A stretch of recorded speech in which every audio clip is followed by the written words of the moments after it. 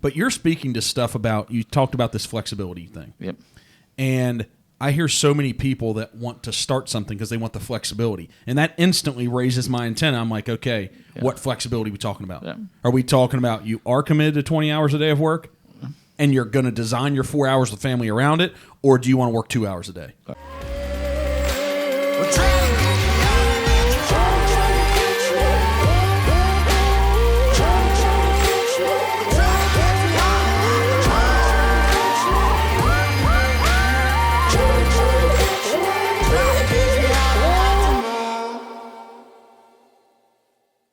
So you were good at basic accounting. Good at basic accounting. Right. And so a professor saw something. Yeah. And did that help when she said, hey, you say you want to be an entrepreneur? Did those little pieces of advice matter?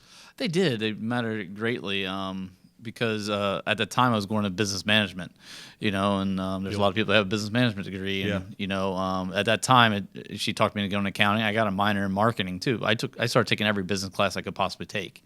She's like, you're here. After 12 hours, it's the same price. Go ahead and take 18 hours and push yourself. And it was great advice. I did it. I was fortunate that I was at a point in my life where I was willing to listen to somebody. Yeah. Are you still? Yeah. Good days and bad days. Okay. But yeah, for the most part, I do listen, and I'm always open. Yeah. And it's collaborative, and so it's always good. There's always a better way to do things, so I'm always trying to figure that out. But I think that's the big thing is solutions. Accounting, I wouldn't do good with reputation of the same thing over and over and over. People ask me, like, what kind of projects you have? We have a 4-story office building to a little tenant massage therapy place, to an office thing, to a restaurant, to B&B riverboats and the barge on there, to the aquarium. That drives you? Drives me. Like, is it essential for you? You have this entrepreneurial spirit. You obviously do. Yeah. Do you think all those projects, do they feed that thing enough to make you want to keep doing it? Or can that hurt? Can all those little... Yeah, it does. It hurts and helps. Yeah. Because you got to make sure you have the right staff. Okay. Because they're always changing. We can't perfect our widget. Mm-hmm. Our widget changes every project. Mm-hmm. It's always different. So I'm a perfectionist, and I had a hard time struggling with that. And I call it opportunity cost now. Like, everything's going to have to be perfect. That's from economics. Yeah. That's from like Econ 101, right? So, should you be doing it? Should we be doing it? Right. And I challenge my staff. I tell them all the time my job is to make them comfortable in the uncomfortable state. Because in our world, stress happens. Problems happen in projects. Our clients looking at us, other employees, subcontractors looking at us, and if we're freaking out, they're freaking out. So what drives me more is the solution. I love providing that solution and coming up. I want to be that person. Like, I tell my staff all the time, because I deal with a lot of entrepreneurs that a lot of my clients are, and I said the worst thing you can tell one of us is something's impossible, because we're gonna die in tooth and nail to show you that it isn't impossible. Yep. I So think that is, every time we prepare for these, we always have dynamic people like you here. And when you're talking to entrepreneurs, it's a different mindset than a lot of the people I'm around. Like a lot of my family, they're not any less. They're just a different mindset. They may be happier than me, right? Because how our minds work. But that's the piece I had. The question was, how is it being a true entrepreneur dealing with true entrepreneurs? Well, it's sometimes it's very struggling. Sometimes it's rarely rewarding. Mm-hmm. But for the most part, I have good clients that are we vet each other. Mm-hmm. So I'm not going out there and just grabbing anyone off the street to do business with. Most of the people are referred, or they heard about me, and it's not like I'm jumping into bed with them right away. We're going through a process that, hey, is this a good fit? Is it a win-win? Mm-hmm. But it is, the good news is I understand where they're coming from. Yep. My staff doesn't always understand, but my goal is I hired in culture and trying to train that culture to adjust to that. But it's fact. The crazy thing is, one of my staff members said it best, is like, we're actually a service company that just so happens to build things. Because with my accounting background and some of my staff members, we get asked just as much business questions as we do building questions, and we deep dive into our customers' process. We deep dive into efficiencies of their plants, efficiencies of their offices, but it's amazing how much we get involved in their whole business, just not the bricks and mortars of it. Is it because of the use of the space? Is that why? Is that where it comes from, or no? Is it something else? It's what I based what I was so happy to do when I finally broke out and believed in myself to open Fetters Construction. You said it, you're in the industry a little bit. I've been said I'm too nice. I trust too many people. Sometimes our industry does a disjustice to itself. We lie to people, say, "Hey, we're going to get done in 3 weeks," when there's no way we can get done in 3 weeks. And or the price is going to be this, and we know it's not going to be that to get a job. I think I don't do that. I don't sugarcoat it. I tell them up front, realistically. Did that hurt you early on? Oh, absolutely. Right. I lose jobs left and right. And Yeah. then the hardest thing to understand is I tell my staff all the time, don't get upset. They'll be back. They'll be back. And some of my best customers are those ones that I lost the first time, and now I built 5 or 6 projects for. But it's hard to understand when there's that much money involved that we're not the low provider. We're trying to tell you, at the end of the day, you're going to spend this, and we're not going to change order you. So it's very hard, but we do get it. Yeah. I think, in dealing with those entrepreneurs, those jobs, I've been in smaller ones because I deal with subcontractors a lot. Yep. I dealt with the GC that we bought this building from, and they coordinated. That's where I met a lot of the commercial contractors. But I think it is tough to find those people that you just have faith in enough that the price is, it's not the lowest, because we just all love the lowest price. Right. We just do. Like, Yeah. in our That's hearts. Human nature. It is. We want to get the best deal. But looking at someone and knowing, like, hey, this is the right person to spend extra on. Right. Right? Because I know what the outcome's going to be. And without having experience with the person, you just don't know. Yep. I heard something about, I probably shouldn't say the name because I'm not political at all. I'm truly independent. But I listen to every once in a while on YouTube, like the Mafia guys. Oh, yeah. Right? And they talk about the concrete business in New York City. Yeah. And I think all the families, they were getting something like 2%. They coordinated it all and price fixed for a long time. And what they said is they figured out developers. What they figured out, the majority of them, they'd get 3 or 4 or 5 bids of concrete. And a lot of these are like $40 million concrete bids Right. in like the 80s. And they said they would automatically throw the low bid out, the top bid out, and focus on the center. Huh. And so I thought about that, and I said, you know what? That's probably a brilliant perspective. Yep. Right? So if there's 2 or 3 in the center, Yep. they probably have it right. They're not going to lowball you and then hit you with Exactly. with job costs. Yep. And the guy at the top, it's like he might be too busy or something. Yep. So I don't know. I mean, what's your thought about that? I do that all the time. It's not per se that thing, but one of the things I since Fetters has only been around for 3.5 years, but I've been doing this for 20 years as another company. But my 28 employees I have right now, they're all new to me. I didn't bring anyone with me, and they're all like blown away that I have a lot of subcontractors that'll. I can call them right now, and your example about 3 o'clock in the morning painting. If I need something painted at 3 o'clock in the morning, I have some in my wheelhouse that'll go do that for me. It happens all the time in situations, and my staff's like, "How in the world did you get this guy to do it?" I help them. It's not always about the lowest number of the sub, but also that sub might have forgot something. You need to vet that sub and make sure you go in with the right number. Sometimes you don't want to put them in a losing situation. And the same is going to make the project go south. So we vet the subs, we vet our contract, we try to sit down with our clients and say, hey, there's been several projects since this Fetters Construction that I got that I was a high. Mm-hmm. And the people like, man, when I sat in the meeting, you went down through all this stuff. You were the only ones that have all of this. That's not on the drawings. I said, I'm not going to bid the drawings. I'm going to bid what has to be done on the project. Yeah. I had to build it as we estimate. And it might be the one project that comes to mind is a company was trying to stay open for business. And it's a big public, they're feeding 3,000, 4,000 guests through this project all day long. Well, we have temporary fence we have to put up, and we got to put it up and take it down every day. and it's like, we got to move that every day Yeah. for you to stay open. And I build costs in there for that. And this is how we're going to do it. And we're going to shut down at 11 o'clock and your busy hours from 11 o'clock to 4 o'clock. And then we're going to come back at 7 o'clock at night. So I walk them through that, and you start developing that trust. And some of them get it, some of them don't. It's frustrating, but you just keep your head up and keep fighting through it. And like I said, some of my best clients are the ones that told me no the first time. So in hearing this, we always get to the question, but why Fetters? Why'd you start it? Like, I don't care. We could take 20 minutes and talk about it, or 2. Like, Yeah, why? I mean, it's always been a passion of mine to own my own business since that college professor. And even before that, actually, I wanted to be a professional soccer player, but that didn't work out. But long story short is, after that, my father owned a business with a partner.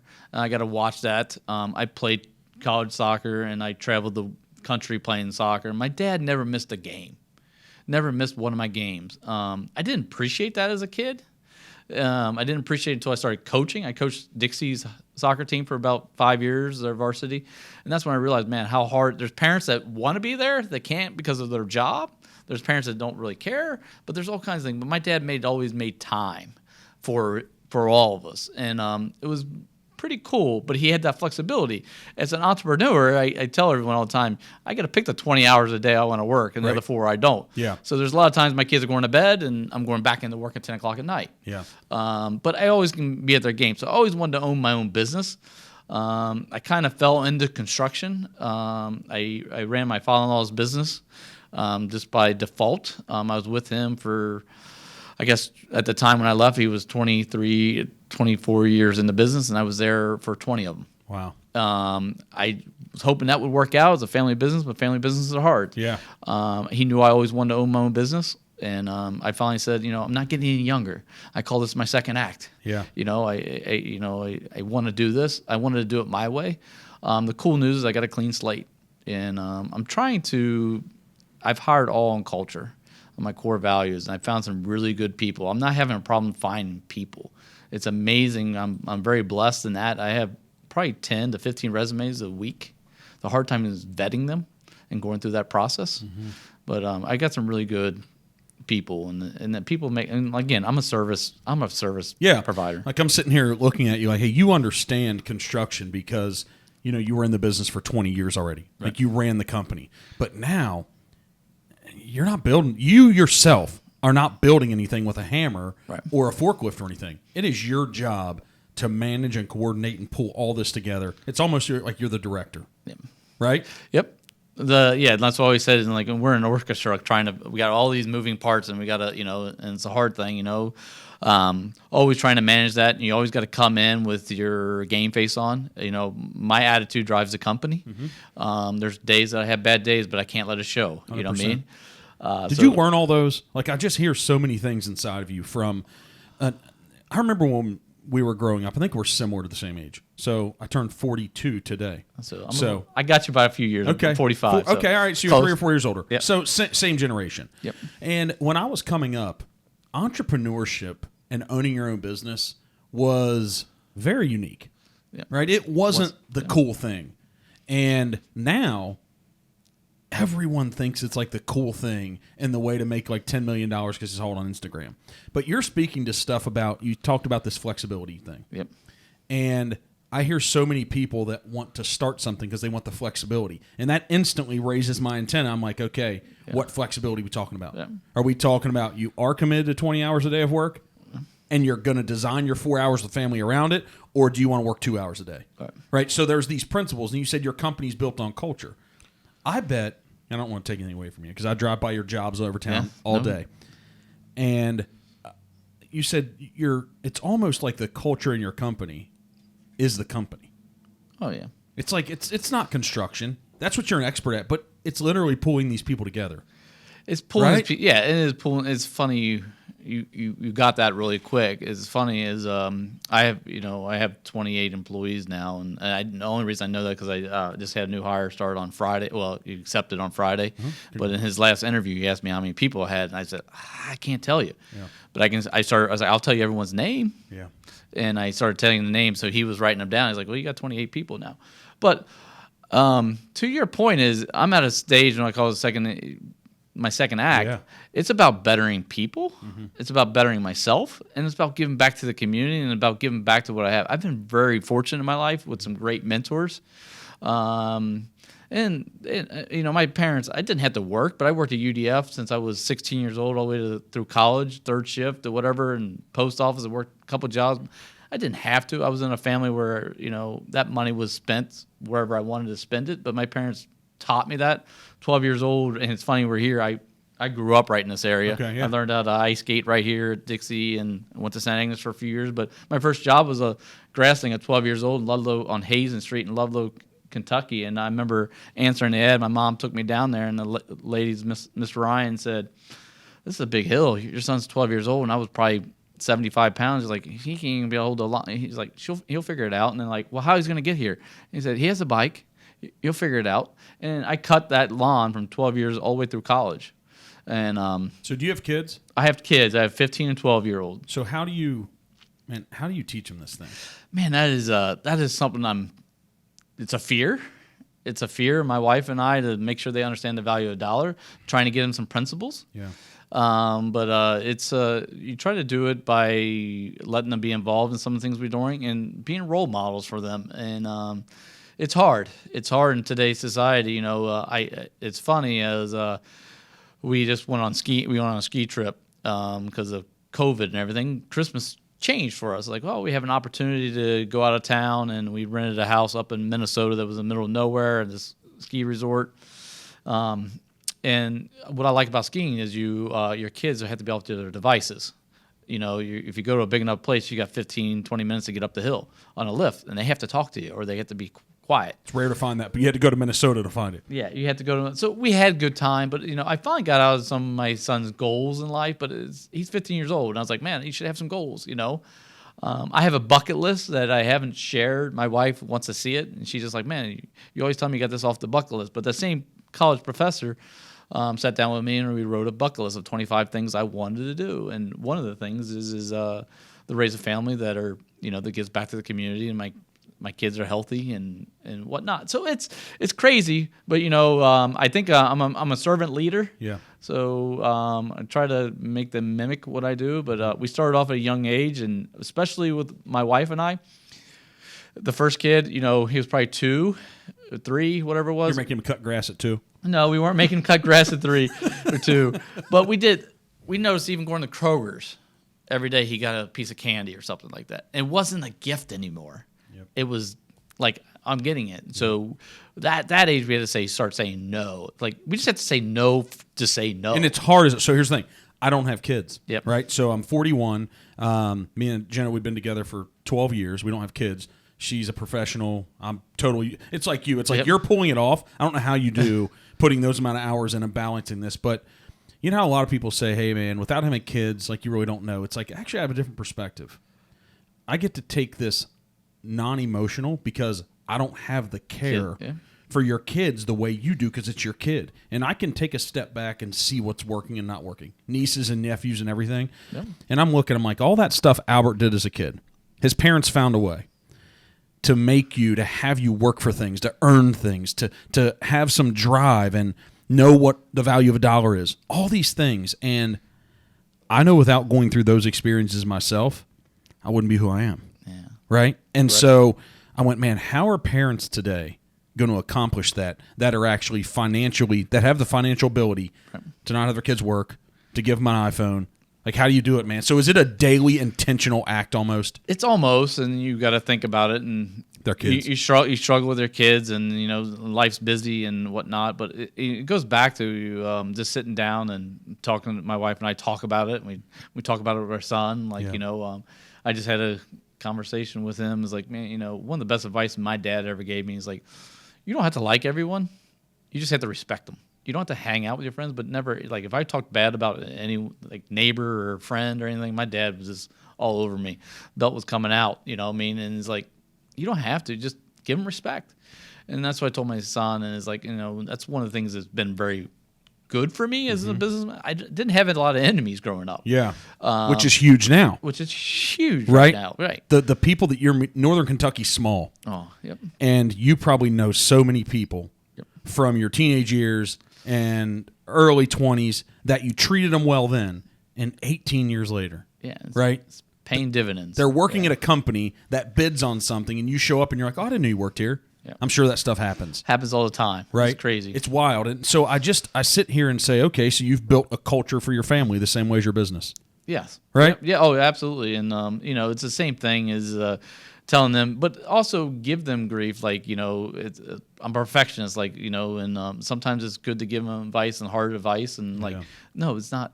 It's what we asked you, but did you go the extra mile? Did you do the extra thing? I will remember everyone asking me, like, the details, the sixth sense of details I have when a lot of my customers, I walk in a room and I'm like pointing out things that are like, wow. And the customer's completely happy with it, but I'm making my guys fix it or what have you. And I was like, I want that level. I want the quality to be unbelievable. Yeah. And it goes back to my dad. Right down the street here, there used to be a Johnny's Car Wash. And we go to St. Agnes Mass or St. John's Mass, and every Sunday, and I go to my grandpa's for have donuts. But before we went to my grandparents at their mass, we went to Johnny's Car Wash. He got his car clean. And I'm the youngest of 5, and my dad would hand us a rag. And the guy just dried the car off. But we all had a tire. We all had a rim. And we all got out. He pulled off the side and said, I know you dried it off, but I want it especially dry. And he taught me that little thing. I didn't realize it, but he was teaching me that, you know what? Don't always be satisfied with what's there. Take the extra step. Put a little effort in it. And I think that's where that detail came. And then I think you talked about that, and you don't realize it until you're an adult. You don't. And it's like my mom mowing that grass. I'll never forget my senior year in high school. My buddies talked to my mom and letting her take her van. My parents got a divorce.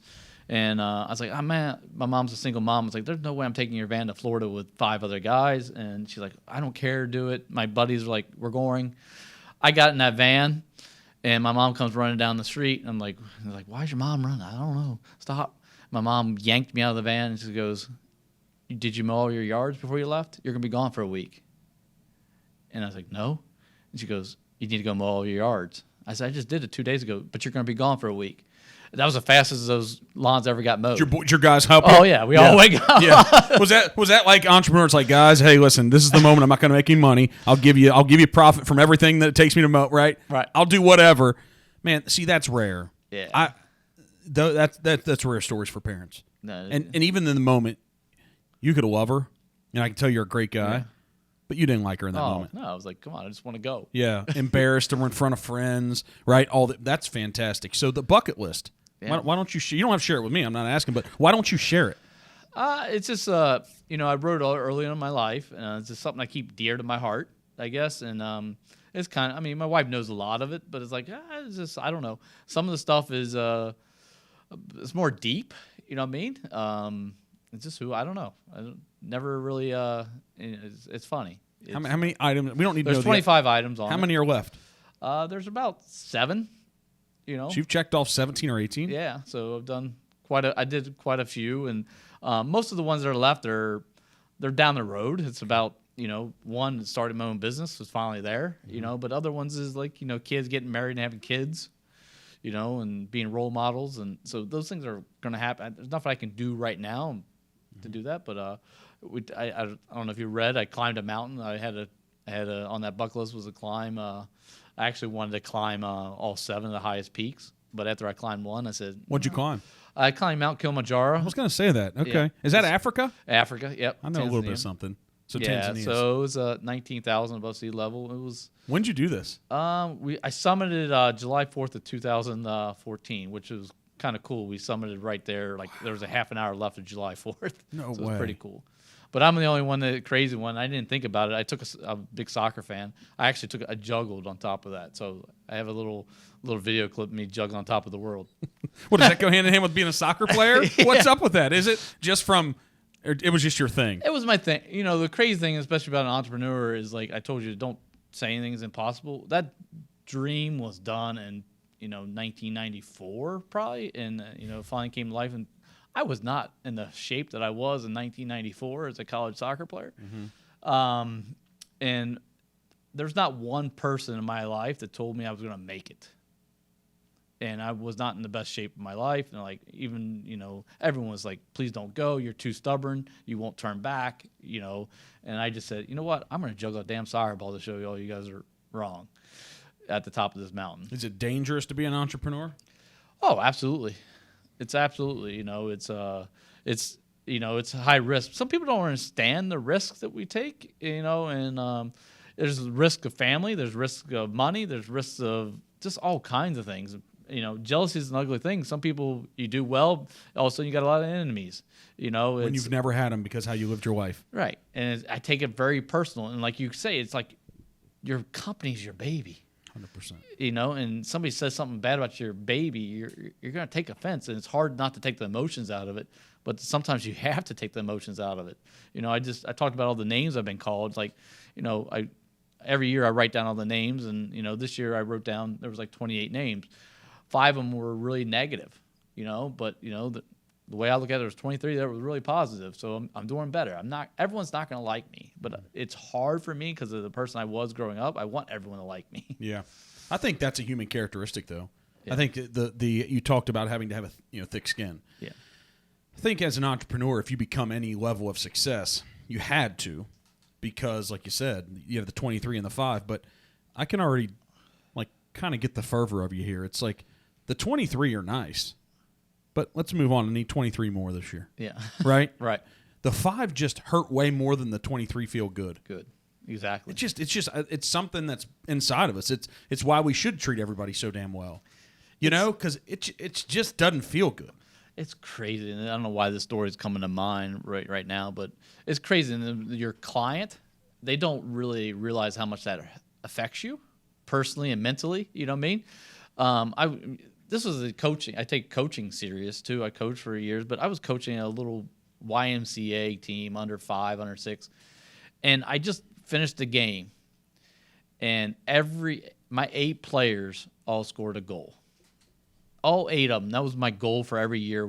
My goal for the coaching is to try to get every kid to score a goal and not be the last soccer coach that kid ever make them continue playing soccer. That was my 2 goals. If I did that, I felt like I had a successful year. But I had one game, all 8 kids. I moved kids around. The other team wasn't that good. But a grandparent came up to me and was like, "You didn't have to run the score up."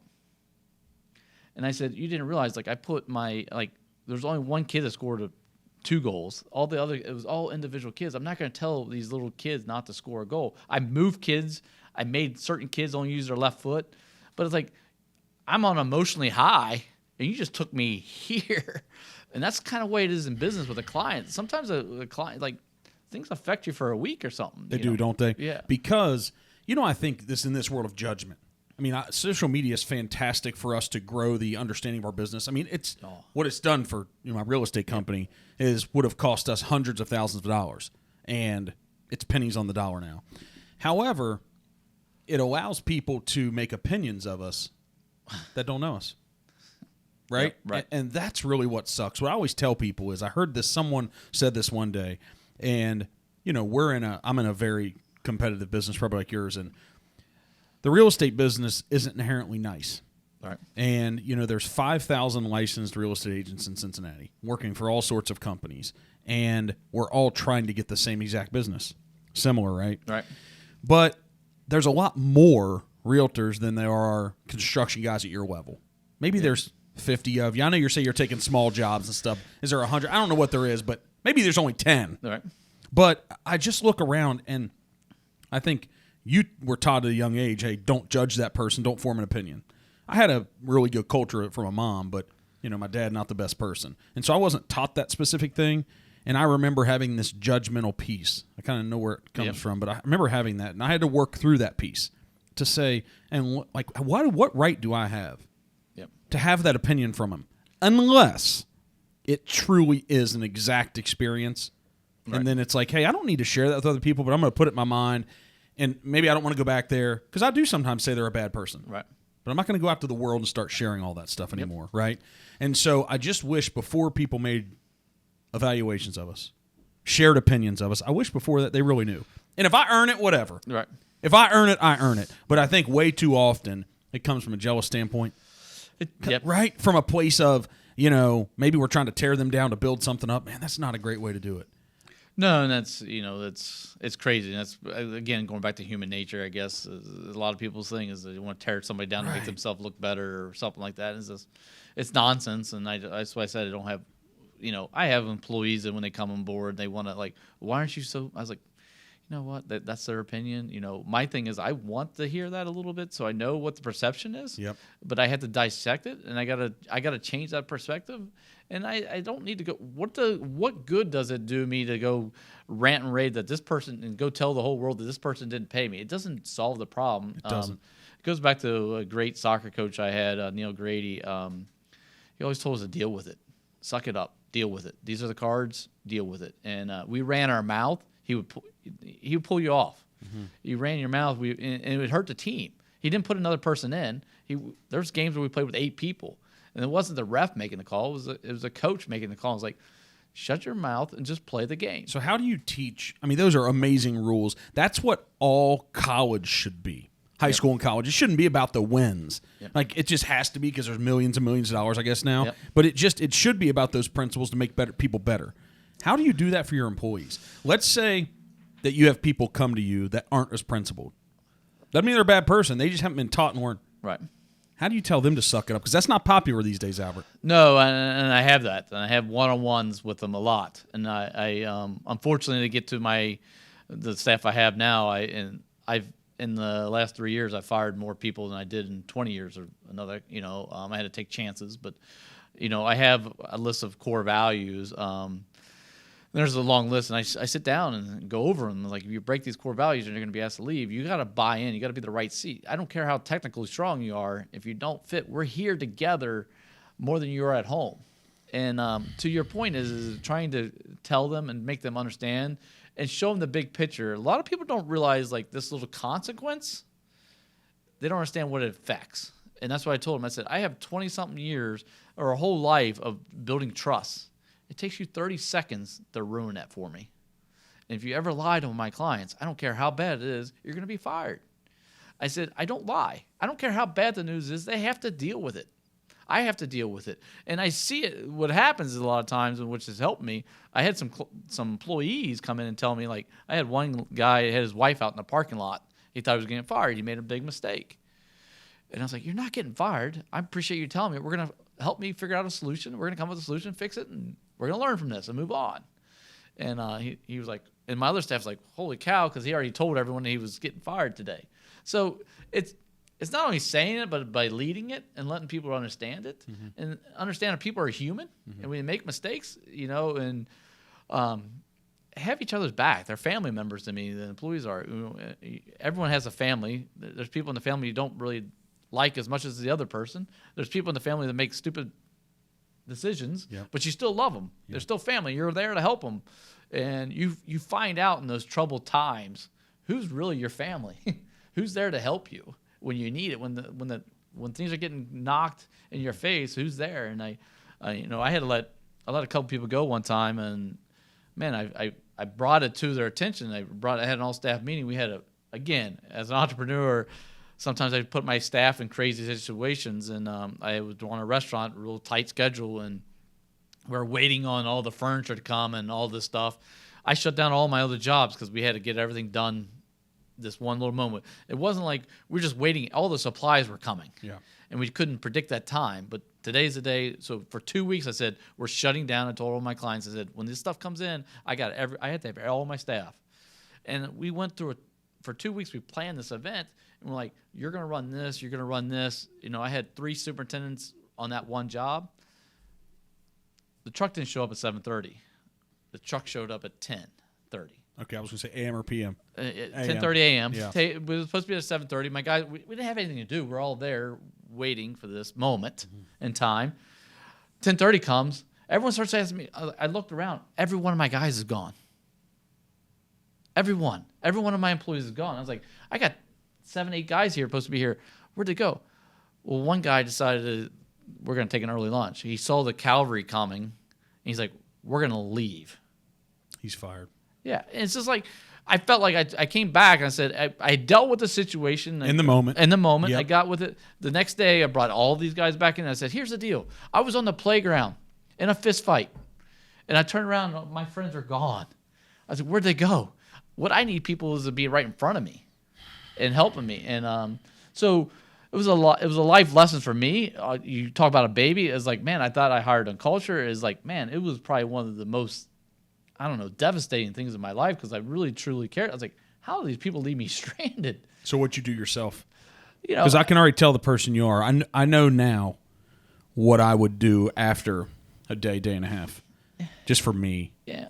I just, what I did was I guess really looked at it, and the way I look at it, and my staff gets mad at me, is like, it's not your fault.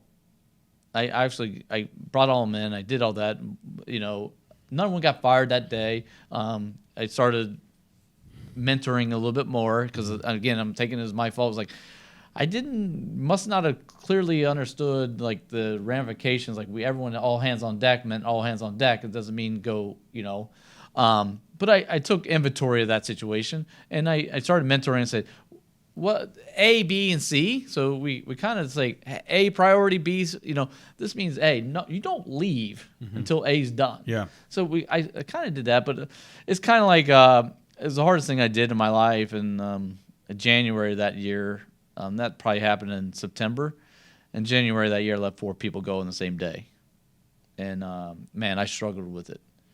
But even if they deserved it, even if you could explain it, man, I think that's the piece of entrepreneurship that when the moments are happening, when you know it's inevitable, like you're fervent, like it's going to happen. I'm going to send them packing. They don't buy into our values. They deserve this. It's going to, Right. And then when it comes time, if you're a good human being, it feels terrible. Oh, it feels terrible.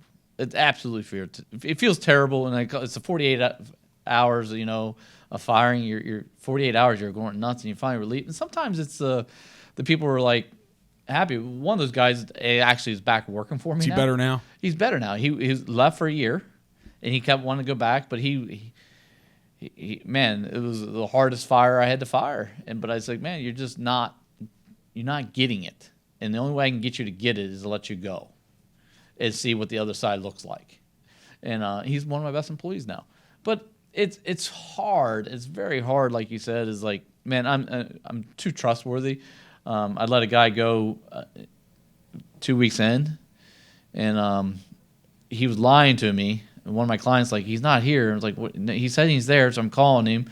It was all the way up in Hamilton, and so I finally went up the next morning. I sat there to see, and I called him, and he's like, I'm here. I'm talking to the electrician. And I'm like, I'm sitting here. I don't see your truck, and the electrician isn't here either. What job you on? Well, I just went down to the store. I'm like, well, what store are you at? Let me come and see you. Well, he's changed it to, and I still let him be on because, like I said, I waited 2 months for him to come on. He quit a job, but I was like, it was very easy. And here's the core values: you broke it, you lied to me. If you're lying to me this early, I'm not going to trust you. But to the last minute of even all the way to the thing, he kept calling it. Like when I finally made that decision, I'm going to let him go. He kept calling in sick, and I provide my superintendents with trucks, very nice trucks. And he called in sick 2 days, and like so my 48 hours is like, oh, Where's the truck? yeah. So I finally said I got to do this over the phone, and I go visit him, and he's not. I call him on the phone. And he's like, hey, he's acting like he's sick. And he's on the like, oh, give me half an hour. Well, he didn't know I was right down the street, and I waited 45 minutes, and he comes pulling in the driveway with 3 other guys, and he was using my truck to do side work. I'm like, here just half an hour ago, you were on the phone like you're throwing Sick. up. Yeah, it's like, so it's hard, but you got to trust. I have a coach that I'm seeing and trying to. I have 11 of my staff members. I hired a Business coach.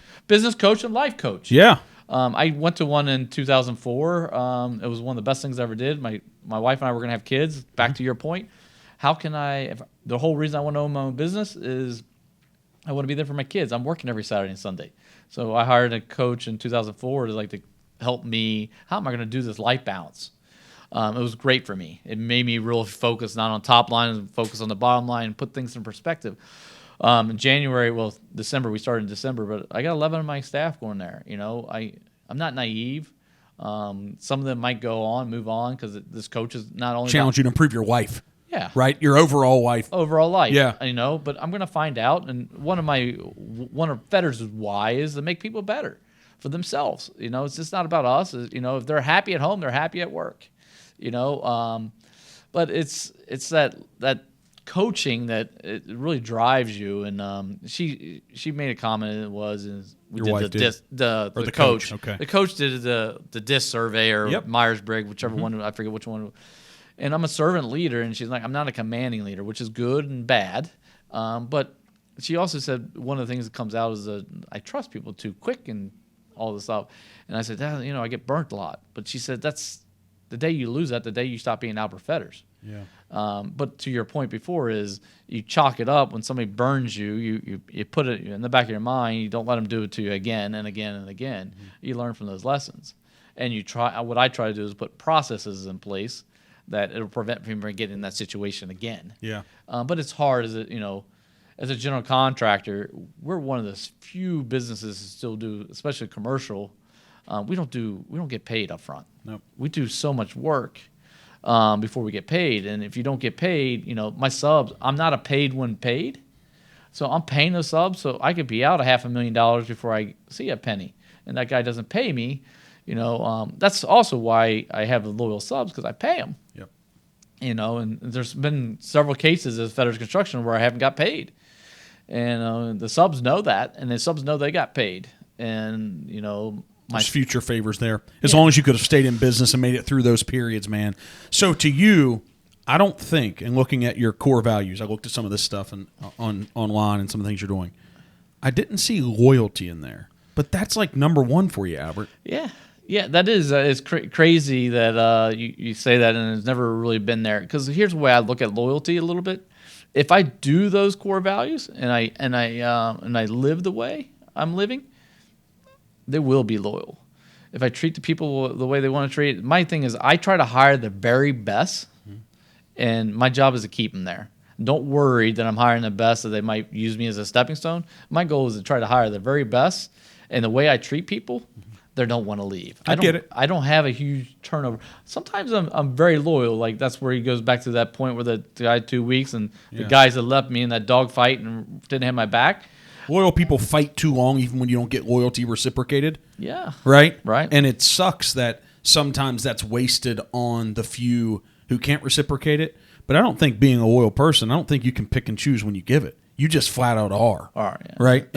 Right? That's just true. it. Yeah, you just are. And I think that the loyalty piece that I've grown to learn about here, it's not necessarily about like loyal to staying in the business and working with me. The loyalty piece is when you get in the fight, you better show up with me. Right. Right? And so that's not saying you always have to come to the playground with me, but when you're in the playground and I get into a fight, you better be there. Yep. Right? I'm not mad if you didn't come that day and you're off doing something else or whatever, but yeah, I think I don't know how you teach that. I think it evolves and hopefully it can be learned from what you're speaking and how you live your life. But man, if we talk about these principles that you were mowing grass at 12 years old and the thing your mom yanked you out of the car and said, hey, you're not going on vacation yet. Like that was teaching you something about commitment and loyalty to your commitment to the things you said you were going to do. Oh, yeah. Right? Yeah. And so the issue is that's not learned in 3 years. No. It's not learned in 5 years. And so these people come to you, these employees, you're bringing them into your family, your business, and they aren't coming, from my experience. And we've built our company, we have 100 and something people, and we're growing like crazy. And that thing's really important to me too. But not everyone's coming to you with that. Yeah. And it's crazy you brought that up too, because we just did employee. I sat down and a half hour, 45 minutes with every employee December. Mm-hmm. And most of them are the reason they're there because of me. They want my time. The one thing they dislike about Fetters and our growth is they don't get that half an hour conversation weekly with me. And they love that because is that coaching moment. So it's hard, and your clients are that way as you grow too. Your clients want you. They don't want your manager, site, whatever job supervisor. Yeah. They don't want him. No. And because you're the one that landed the job. Right. Right. And even if he speaks exactly to the point that you will, they just don't trust it the same. Exactly. And it's So how do you build that? How do you build these people up to be you, emblematic of this thing, so they pass the thing on to the next people the way you made them feel? And I think that's one, and providing that I'm spending a lot of money giving Levin my executive coach that they're meeting twice a month with an hour session because I don't have the time. Yeah. I don't have the time. I'm sorry. I wish I did now. But you don't. I don't. Yeah. But here I am. I'm going to spend money to invest in you. And, you're only going to get what you put in it. But if you take this serious, you're going to get a lot out about life. And I hope when you're done, you're going to be better for me. But I also understand that you might move on. And I'm fine. I'm not going to hold grudges. I had one employee I was walking to an all-staff meeting, and he's sitting in the parking lot and telling me he's leaving and taking one of my clients and start his own thing. And everyone in the room, in the conference room, knew that this was happening.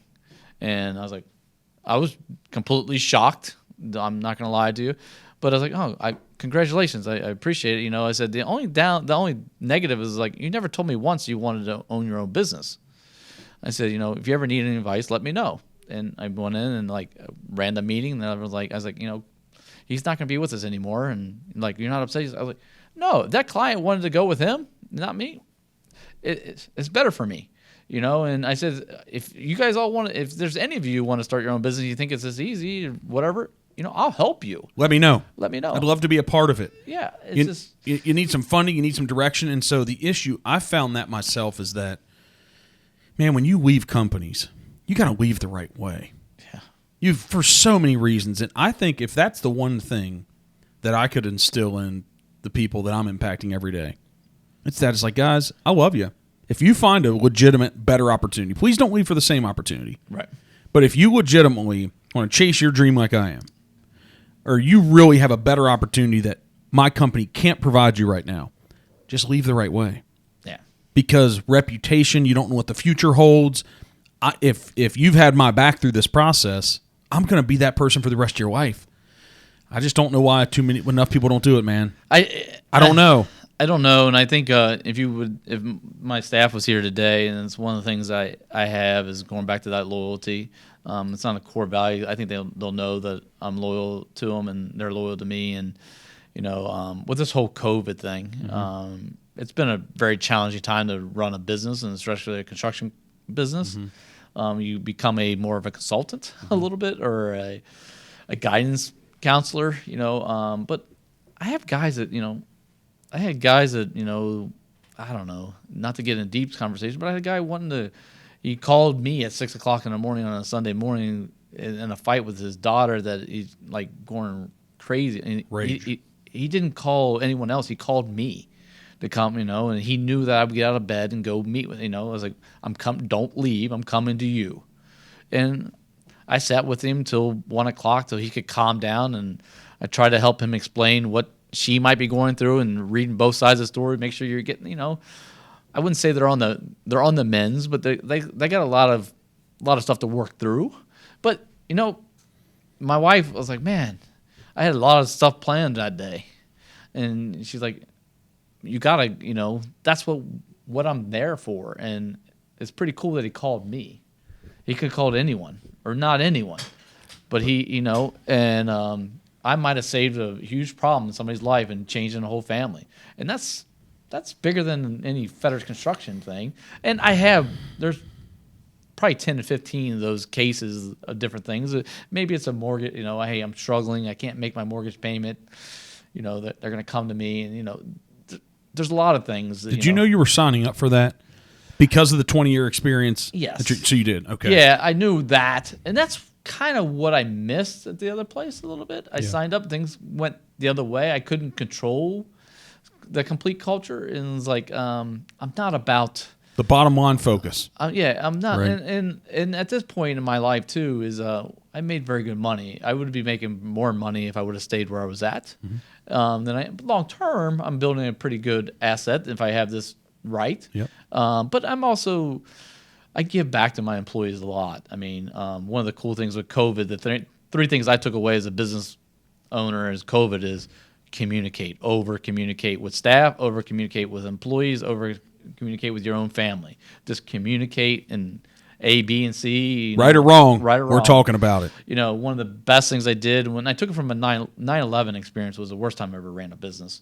9/11, within 2 weeks that happened, I had $4 million worth of backlog gone. Client after client called me and said, "Stop what you're doing, send us a bill." Steel sitting here, concrete there, and like, man, no one was ready for that, and I had to figure out what we were gonna do. But COVID was like that, and that's why I brought everyone in. Day 2, I brought everyone in COVID and I said, "Here's the deal. I'm ordering metal studs. I'm ordering drywall. I have a big warehouse. We're going to put it here. There's going to be people that are going to be sitting at home that they want us to come in and do work while they're at home. I'm going to buy the materials in case some material place is shut down." I said, "I have enough cash for 6 months. If this goes for 6 months, you guys are all getting your paycheck. After that, I don't know what's going to happen. We'll figure it out." Mm-hmm. But I stopped that grapevine. But then diversification. I was diversified already, and like I told you, from restaurants to office buildings to car dealerships to the aquarium, whatever it is. I'm very diverse in the type of projects I do. Mm-hmm. But we added residential, and people are like, "Why you don't residential? You said there's a lot of motions in residential versus commercial." I was like, "No, we're going to add residential." I said, "Residential is very hot right now. I don't know how much commercial construction is going to go on." So I made a commitment that we're going to do 20% residential. And then cash is king. Being able to sit there and tell people, like, I haven't taken money out of my own company, so the banks love me right now. But I also had the money there to be able. It was shut. We were truly shut down for 6 months, no money coming in. But it also helped me when the people didn't pay me. I have 2 people that owe me a lot of money, mm-hmm. and they're not answering the phones. But I'm a 3-year-old company. I'm not a business, and it's pretty good. But cash is king, communication, and be diverse. Yeah. So was the residential piece an intentional diversification? Yes. Yeah. Completely. I've always turned it away. Yeah. We always did 3 or 4 a year for clients. Yeah. And I'm still very selective in who we do, but it's smart. We see that side of it. Yeah. It's smart to be selective. Yeah, so right. we kind of do that, and Kim, who I own the Newport Car Barn. Okay. It's the old Green Line on the 11th Street Bridge. It was supposed to be an event center. Yeah. Great time to open an event center. Is that why you bought it? It was going to be an event center? Well, I bought it to be a indoor soccer. My construction company. Crazy story is real quick is one of them accounting to me. Business. My first 3 months in business, I never dreamed that it would go this as good as it did. Mm-hmm. I thought it was going to be like a little 5-man operation and kind of scale back so I could spend more time with my family. All of a sudden, I had all kinds of people want to come work for me. I had all kinds of clients that wanted. It was like things went really well. I needed to buy a building. I was making too much money. I needed to put some money into a building. I was looking all over. I live in Fort Thomas, and I was looking all over. And my wife's like, for 20-something years, every time you come across this bridge, you told me the history of this building. You love this building. You have the means to bring the life back to the building. Buy this stupid building. I was like, it's so big. And she's like, one of your things you always tell your clients, never buy for right now. Buy for where you're going. Never landlock yourself. Yeah. And so I bought it, and I was like, you know what? My third act, as I want to be, I call my second act. My third act is I want to coach soccer for free. I want to give back to the community and give solid training to kids for free. And she's like, hey, worst case scenario, you can make this into a soccer thing. And when you do retire from Fetters, maybe you can do this. So I was going to make it into an indoor soccer facility. I actually talked to a couple of clubs, and I had a good contract. And then I had some people walk through, and they're like, can I have my wedding here? Can I have my wedding here? And then one couple, they offered me a huge chunk of change to have the building from Thursday to Sunday. Entrepreneur at heart, baby. I say, don't go where the heart is. Put your money where you're not emotionally attached. This is going to be a better thing. So I was like, I'm going to go to an event center. It'll keep me focused on Fetters Construction, instead of Boss's Hobby and Soccer. If I made that up, I'd been there working all night and day. Mm-hmm. So that was the real reason. But I'm trying to get the event center up and running. But COVID is kind of crazy. But it's a cool building. It's a cool building. I drove by it for years too, and me always looking for opportunities in real estate. I saw it and I was like, man, that number. I don't know what I'd do with it, but that number is like appetizing. Yeah. Hey, I couldn't. So when we were buying this, we bought this a year and a half ago. I was looking for like the past 2 or 3 years, and I didn't even think about it. I'm like, what can I do with that? But there were just so many parking and all that. But I drive by it a lot. Right? And I see your navy blue truck out there. I'm assuming that's yours. Like a Chevy 2500 or something, or no? You know what? I finally made it. I don't drive a truck anymore. Oh, you're driving the Ferrari. Come on, I Albert. don't What the drive a hell, Ferrari. man? Come on. I drive a little Audi, but yeah. So it's A German, of course. you know, it's I'm not the best. I like to be able to Whip in and out. whip in and out. Yeah. And getting from job to job. Man, I've driven past. So just to get into some of the Fetter stuff. What we've talked about all the culture stuff. Like I'm sitting here across from you, heard the name for a long time, right? We have some common people that we know, and I'm like, man, that he's doing some stuff. Like the growth is like this. Similar stuff happened in our business. Like it's just crazy what's happened. We're opening in Indianapolis in June. This thing's just blowing up. Wow. But like we're adding something like 3 or 4 agents a week. Like it's just nuts what's happening. But for me, knowing the core of our company and it being this culture piece, and we make a difference, not a dollar. We can because we care. People are more important than the product, and I'm like sitting here talking to you. I'm like, man, this business, if you want to make it that, you could dominate, not just Northern Kentucky and Cincinnati. So maybe you will, but just this attitude. The challenge is, the bigger you get. Right, the harder it is to maintain and keep this thing. It's very hard. It's a constant battle. It's a constant battle because, like I said, I just hired a guy Friday. He accepted. Man, it was like, but it was a really good candidate, and I'll just find like I have people that are leaving companies for 20 years that want to jump aboard, and I'm getting those offers, and I'm getting clients. You know, it's like you're trying to do that. What responsibility that is, huh? Yeah, and it's crazy to think about. 2019, I took 3 months off. I didn't stop. I stopped bidding. Mm-hmm. We were working. I was like, we got to get. I use this as an example, and it's a fear I have. As an entrepreneur, you have a lot of fears. You fight, but you can overwater a tree, and the roots are really shallow, and that tree falls over. Uproots. So this is the motto of this year is brought your boxing gloves. Yeah, man, I love this. But the lit. Yep. You know, are you Fetters lit? We're really focusing on culture. I'm scaling back a little bit on. I wouldn't say scaling back, but we're being very selective on who we work for.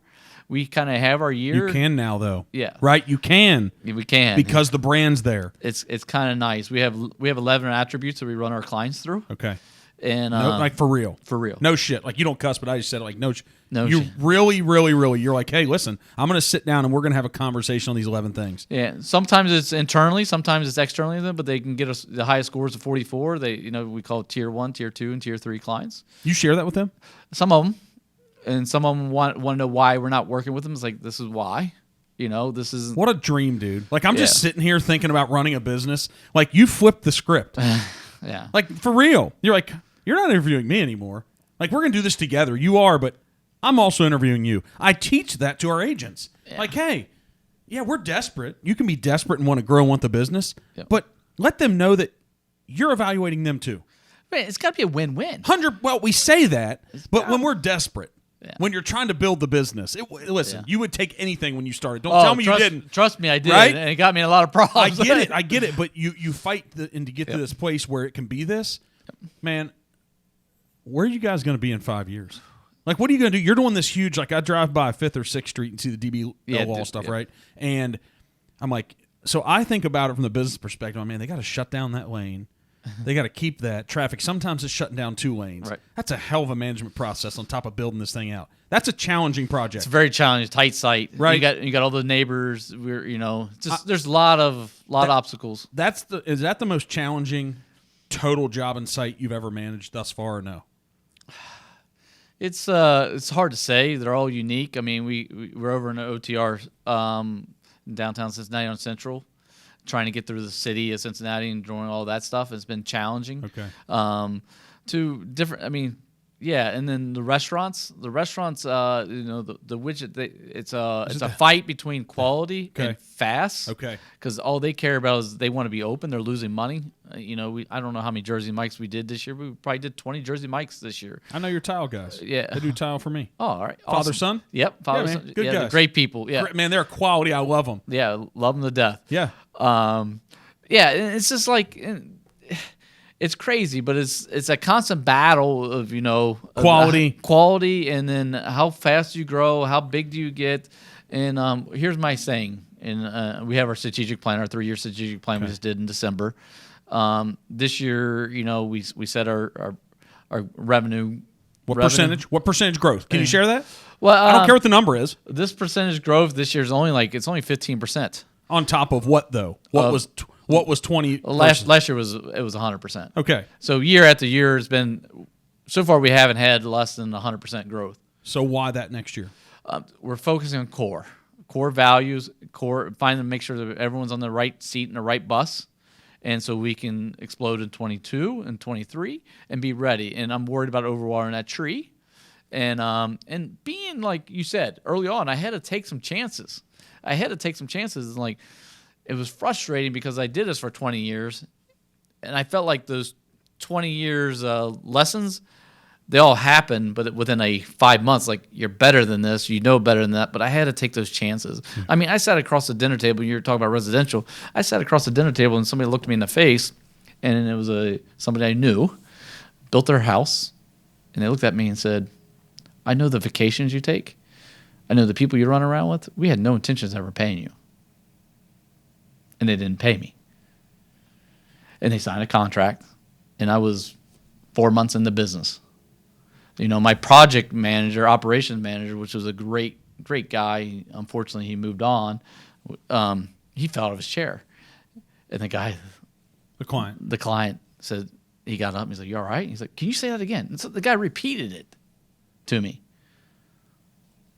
And it's like, and I said, I went back, I was busy, and Joe's like, I have to deal with it. There's nothing, I don't need to get in a shouting match with them.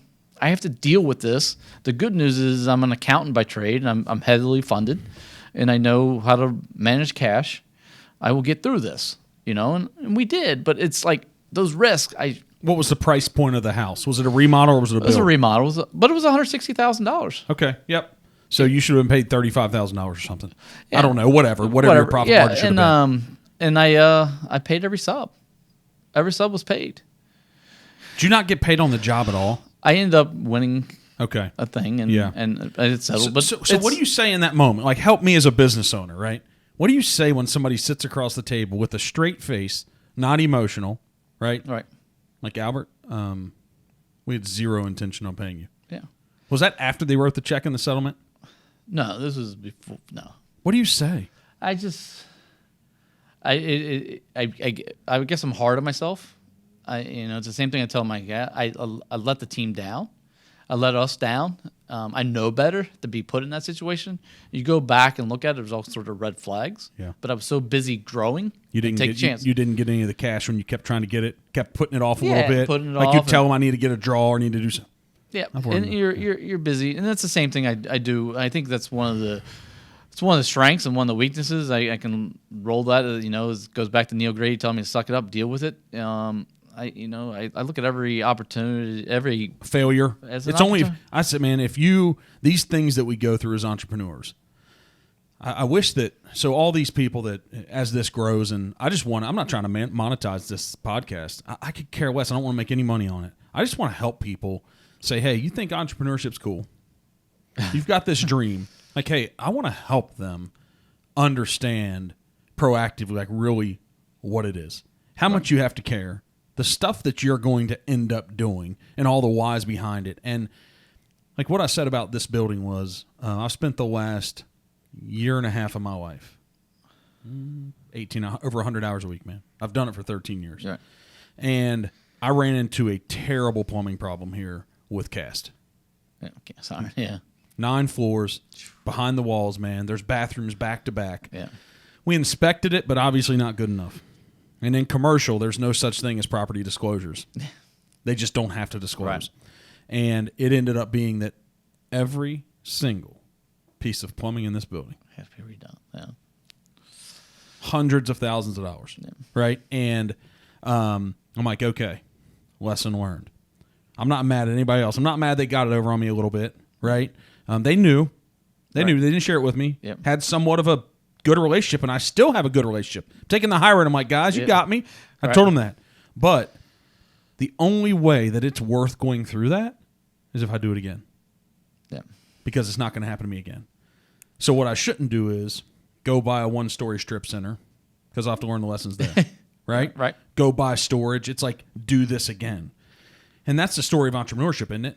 It is. And I think the other comment is how do you help another entrepreneur like you're doing here so they learn that lesson? And my staff always wants to know, like, I meet with some of my competitors and I share them some of the stuff. They want to know what I'm doing. It's like,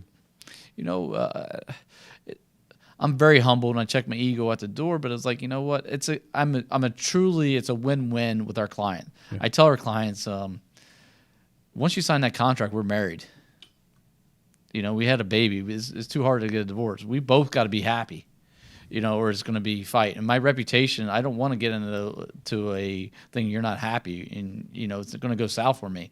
And I said, I want happy clients. I want people to like me. I want to provide you a service. You want referral business. You want a growing business, right? Right. Yeah, you want this thing to serve others. Yeah. So it's to help entrepreneurs, it's like, guys, don't start. I've just had these two principles. I don't know what your perspective is, but it's like, hey, just make a good plan initially. Yep. It's going to go to shit.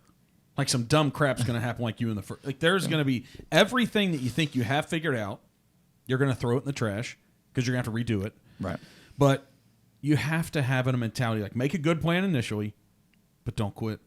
Don't quit. And I always say proactive versus reactive, but you're going to be reactive. You are. And an entrepreneur. And one of my staff members said it best to me, and I never thought of it. Like she's like, I really love the thing I love about you, and she left a really good, high-paying job to come and work for me, and she's like, I don't know what you're going to do, but yes, you're a rock star. I will figure it out. But she said it best to me. She's like, what I love about you, you're very optimistic, but you're very pessimistic. You're always looking at the worst case scenario, but you're willing to go take the chance. But you have plan A, plan B, and plan C, because more than likely it's going to work, but there's a 50% chance it's not going to work. Well, how do we get ourselves out of this situation if it doesn't? And she's like, you look at every decision, like I see it processing, but you never tell the staff the negative that could happen out of it, but you tell internal management, if this happens, this is what we're going to do. If this happens, this is what we're going to do. So you're thinking about all these other things, hoping for the best. Mm-hmm. But you got to be a little reactive. You got to, like I said, you got to have thick skin. You got to have, be able to take a punch and get up and fight. Keep fighting and never give up the fight. And I think I don't know so many people, and myself, be an entrepreneur, you just don't know what is going to come. You can plan, but you don't, and that's where the don't quit thing comes in. It's like, hey, how do you know when to quit? Like, how do you know? Yeah, that's the problem. That's where the stubbornness comes from me. Like that's sometimes it gets you. And I tell my staff, I'll die trying. I'll be out there in the trenches with them, and they're like, "What are you doing?" I was like, "We're gonna make this. We're gonna make this happen." Yeah. I'm sorry we're in this situation, but it's just.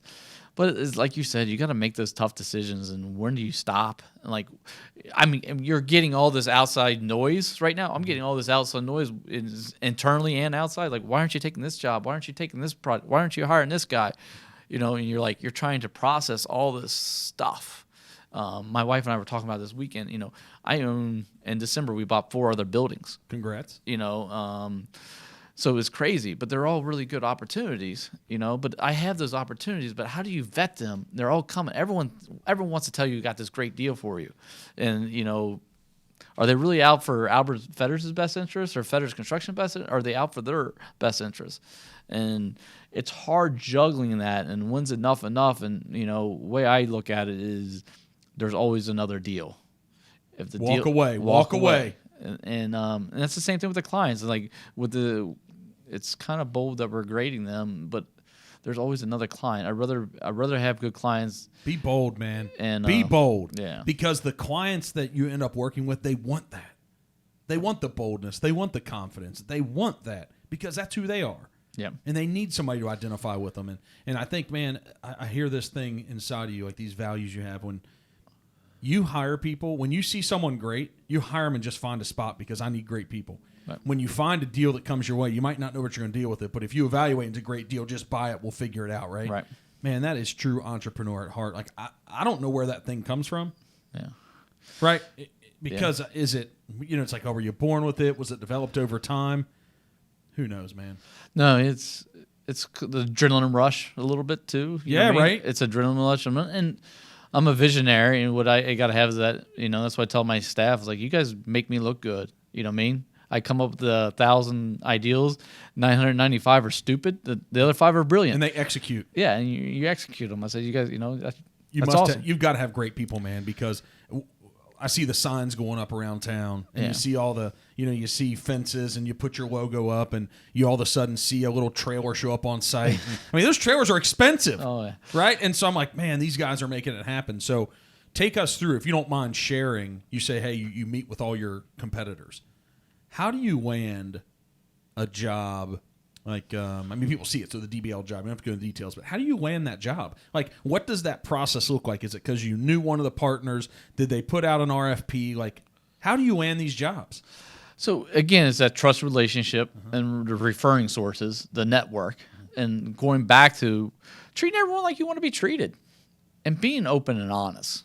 Don't never lie. Just and it's not like an over sales process. It's like, I would love to do that project's awesome. That's like right in my wheelhouse, because I'm kind of a historian. I love historical buildings, and it says I'm at a point in my career too, which is awesome for me. Like, I want to build things that outlast me. In that building, my kids, my grandkids are going to say, my dad had a part of it. It's going to outlast them. Right.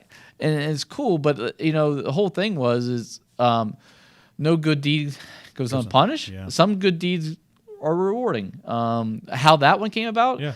I led a organization to have their 10-year anniversary party at my building for free. And I met the developer at that party. And him and I, over drinks, we got to know each other a little bit more. We knew each other. We ran around sort of circles, but we really clicked that night. And I think he saw my vision for what I was trying to do, and that's that's how it came. But it's, my guys don't understand, like the OTR Stillhouse, that was like a 4-year, almost 3-year, I guess, ever since day one. Day one, I've been working on that project, and it's finally come to life. And I'm trying to tell my young guys, I have some 28-year-olds, 29-year-olds Makes me engineers. sick that that's young now. Yeah. We're getting old. We are. So you share with them. I'm trying to share with them. It's like, man, go to the chamber events. I know COVID and stuff. Get your name and go. Network, man. I sat on boards. I did everything. I put the time in after to be in those meetings and being around people, so you can kind of, but be relevant. I brought you another gift today that I'm going to give you at the end. Thank you, man. But every year at Christmas time, Yeah. I make it a point to touch every one of my clients. Yeah. We talked about it a little bit, but every year I come up with we provide solutions. We create things, and that's what we at Fetters, which I love. Well, I'm not only creating jobs, I'm creating communities, but I'm creating buildings, I'm creating memories, we're creating tons of stuff, which is awesome. But I always try to come up with a creative solution or creative thing to help somebody. And at Christmas time, we go around to all of our clients and give them something. I get about 20% of my work From that. And it's amazing. I had guys that, I have a guy running a big company, and you walk in the lobby, and he's in there presenting to 20 people that are underneath him, and he stops his presentation to come out and talk to you to get his Christmas gift, because he wants to see what creative solution we came up with. And he'll spend a half an hour talking to you, where everyone else in that room's pissed at you because their meeting's going longer. But I got a half an hour of that guy's time. What would you pay for that half an hour? And now he just gave you 60 hours. Yeah. Yeah. Or 10 hours or whatever. He gave you a half hour from those people too. Which is crazy. And it was kind of fitting for this year. I was kind of down on myself because I've been really busy with the whole COVID. Like I said, it's been a crazy year. And I came up with a thing. We just made a little card, and it has a picture of our team. And inside of it was talking about how this year's been crazy, and small business, this is a time we need to band together and try to help each other in any way possible. And I used I think it was a Thomas Jefferson quote. It's like, don't fear the darkness, just light another candle. It's Benjamin Franklin. Yeah. Sorry, I should have known that, because it goes to the gift. Yeah. So it was Benjamin Franklin. Don't fear the darkness, light another candle. Well, you open the thing, and there's a $100 bill. It's Benjamin Franklin's face. And then the next part of the card is all my clients I did this year. So it was Gold Star, Jersey Mike's, La Rosa's, Penn Station, Libby's, Road ID, all these companies I did, Newport Aquarium, whatever. And I said, please use this $100 to support one of my fellow extended family members. So it was pretty cool, and here I was giving myself a little bit, but it came to me and it was another creative thing. Last year it's kind of cool because sometimes you'll get 2 years later, you'll get an email saying, hey, I use this. I had a battery starter. Like it's this little battery pack that you could jump. I was on a boating trip with a friend and his kids left his Suburban lights on. And he brings this thing out of his backpack and jumps his Suburban off. It's like, that's crazy. And I said, that's going to be the Christmas gift for this year. Hey, just for the record, hey, Mike, we love Ben Franklin, don't we? We love him. Yeah. Yeah. We always make a joke. We love some Ben Franklin. We love our Franklins. But you know what's cool about that, man, is how good does it feel giving those things? It's huge. That's what my staff doesn't understand. Like, I get joy out of that. It affects the bottom line. I get a little bit of grief, but it affects the whole COVID thing. I told you about that. Yeah. One of the things I did every weekend for like the first 2 months of COVID, I dropped something off of my staff's house. We did a Lego competition. The first full year in business, we did 116 projects. So I gave everyone 116 Legos and said, what can you make with the 116 Legos? There's a competition, there'll be a prize, and I gave a $200 gift certificate, whoever came up with the creative thing. But it was pretty cool, the creativity, and they got their kids involved and, the whole family. But we did all kinds of things. Easter, I went out and we did an ag hunt for everyone's house. That night we went around and, I put beers and wine bottles, but then if they had a kid, we did an Easter bag, and they had eggs. But we did something every weekend, but it was to conclude the family and, but it was fun. And they're like, what are you, I have a guy who lives in Madison, Indiana. That was a drive. And he's like, down through VV and all that stuff. Yeah. He's like, what? What are you doing, man? I woke up in the morning. He's like, he was only with me for like 2 months at the time. He's like, what? He still works for you. Yeah. He's like, I just never heard of anything like this. I'm like, you know what? Welcome to the family. Right. So, and that's the thing is like, and that's why I told him, I said, I know what you're going through. I'm going through, my wife's questioning, we're out here working. Yeah. What are you doing? Yeah. She's yelling at me. You're putting these people, So it's kind of that, it's pretty cool to be able to get back. And that's where I'm at in my stage of my life. And it's cool. The clients, like some of them saying, I got a picture of them using that Franklin at somebody, they sent me. At the business. At the other business. And, maybe one of them are going to connect, who knows? But it's pretty cool. Did you know all this 3 or 4 years ago when you started Fetters? Like, did you really have these things, these items like planned and, when these things happen? I mean, no, it's just, I don't know. It's inside of you. It's something that, it's every day is, just coming up with a thing. But it's like you said, it's crazy. I'm not a coffee drinker. Yeah. But I'm the crazy one that goes to Starbucks and spends $3, and I only drink about half of it most of the time. I don't know if you remember the movie, was Sylvester Stallone. It was Over the Top. Yeah. He turns his hat on backwards. Mm-hmm. And I finally found out I really like I'm a people person. Yeah. And Justin and them, I know all the people down there by names, the people that work the counter. At Starbucks? Yeah, Starbucks and Fort Thomas. And like half the time I don't even drink the damn thing. Yep. But I finally figured it out for myself. That's my switch. That's me turning my cap on backwards. I'm separating my family life to go into work. And that's what it takes. It costs me $3 and whatever cents a day, but that's like, all right, time to go in and make sure I have my game face on. And this is like turns your people person, the analytical stuff, the dad, the laid back, the pulling up the laptop at 3 a.m, like that really, now it's like, okay, it's time to turn this stuff on. Yeah. But again, it's the simple things that people don't get. And I have a lot of people like, most entrepreneurs, most businesses will have their core values on their wall and they'll present, it's very exciting because I don't see it. And we talk about my dad and like how you get those details and my mom about it's like, they see it like I'm living. They're like, you truly live these core values. You don't just preach them. It's crazy, but it's cool. It makes me excited when they tell me a story that I didn't get. Like, you didn't get you did the core value. You know what I mean? And I was like, I didn't get it, but it's just something that's natural, but it's changing the mindset. And that's what I'm doing with my staff this year. Is with the whole lit. The lit is legendary, integrity, and trust. So I'm saying, I'm asking, are you Fetters lit today? First thing my 15-year-old, you can't use that, Dad. That means you're high or whatever. You're like, you know what, son? Whatever we have to do, Yeah. we're getting lit. Yeah. So, I was like, So legendary, intentional. legendary, integrity, and trust. Okay. Legendary is a very bold word. I love it, baby. Let's go. I love it. When you say that, Yeah. like, I hope that every day that you get up, because there's intensity and passion inside of you. Like, you're a very intelligent guy. You know what you're doing. But you're like pulling the reins back, be like, well, should we say it? Do I need to tell people this? We have to be humble. Yeah. Dude, by you naming it that, it means like be bold, be legendary. Like, go out here and show everybody what the hell can be done. Right. That's inside. Like, go do it, man, because there's too many people that think they want to talk the talk, Yep. but, man, they haven't done it the way you've done it. And so if you can back it up, because it's bold, Yeah. if you can back it up, go tell them. So that's what we're trying to do, man. We're trying to do it, and we're trying to be bold about it and just say, hey, this is who we are. Legendary. And we want, if you have a construction project in Northern Kentucky and Greater Cincinnati, Yep.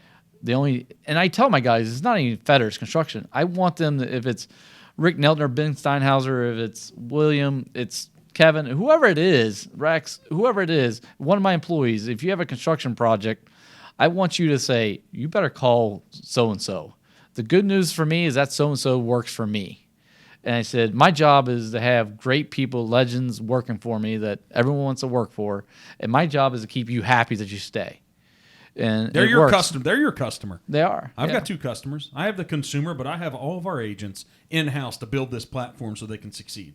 Right? And so every day you get up and it's like, hey, I've got to live up to this thing every day. I created it. Yep. I said we're relevant. Here we are. Right? And so I think, man, it's exciting where you're at. I'm going through this process. I'm like, well, of course you guys have signs everywhere. Of course you're doing these projects, right? Yeah. Of course. So this brewery thing, can we touch on that? Because we're in Kentucky for bourbon. We have this. I'm not even a big drinker, but we have this bourbon. We're buying a bourbon barrel from New Riff. New Riff, Yeah. yep. So we wrote the check and 200 and something bottles. Yeah. But man, this distillery thing and this bourbon thing, it is like the hot hip thing.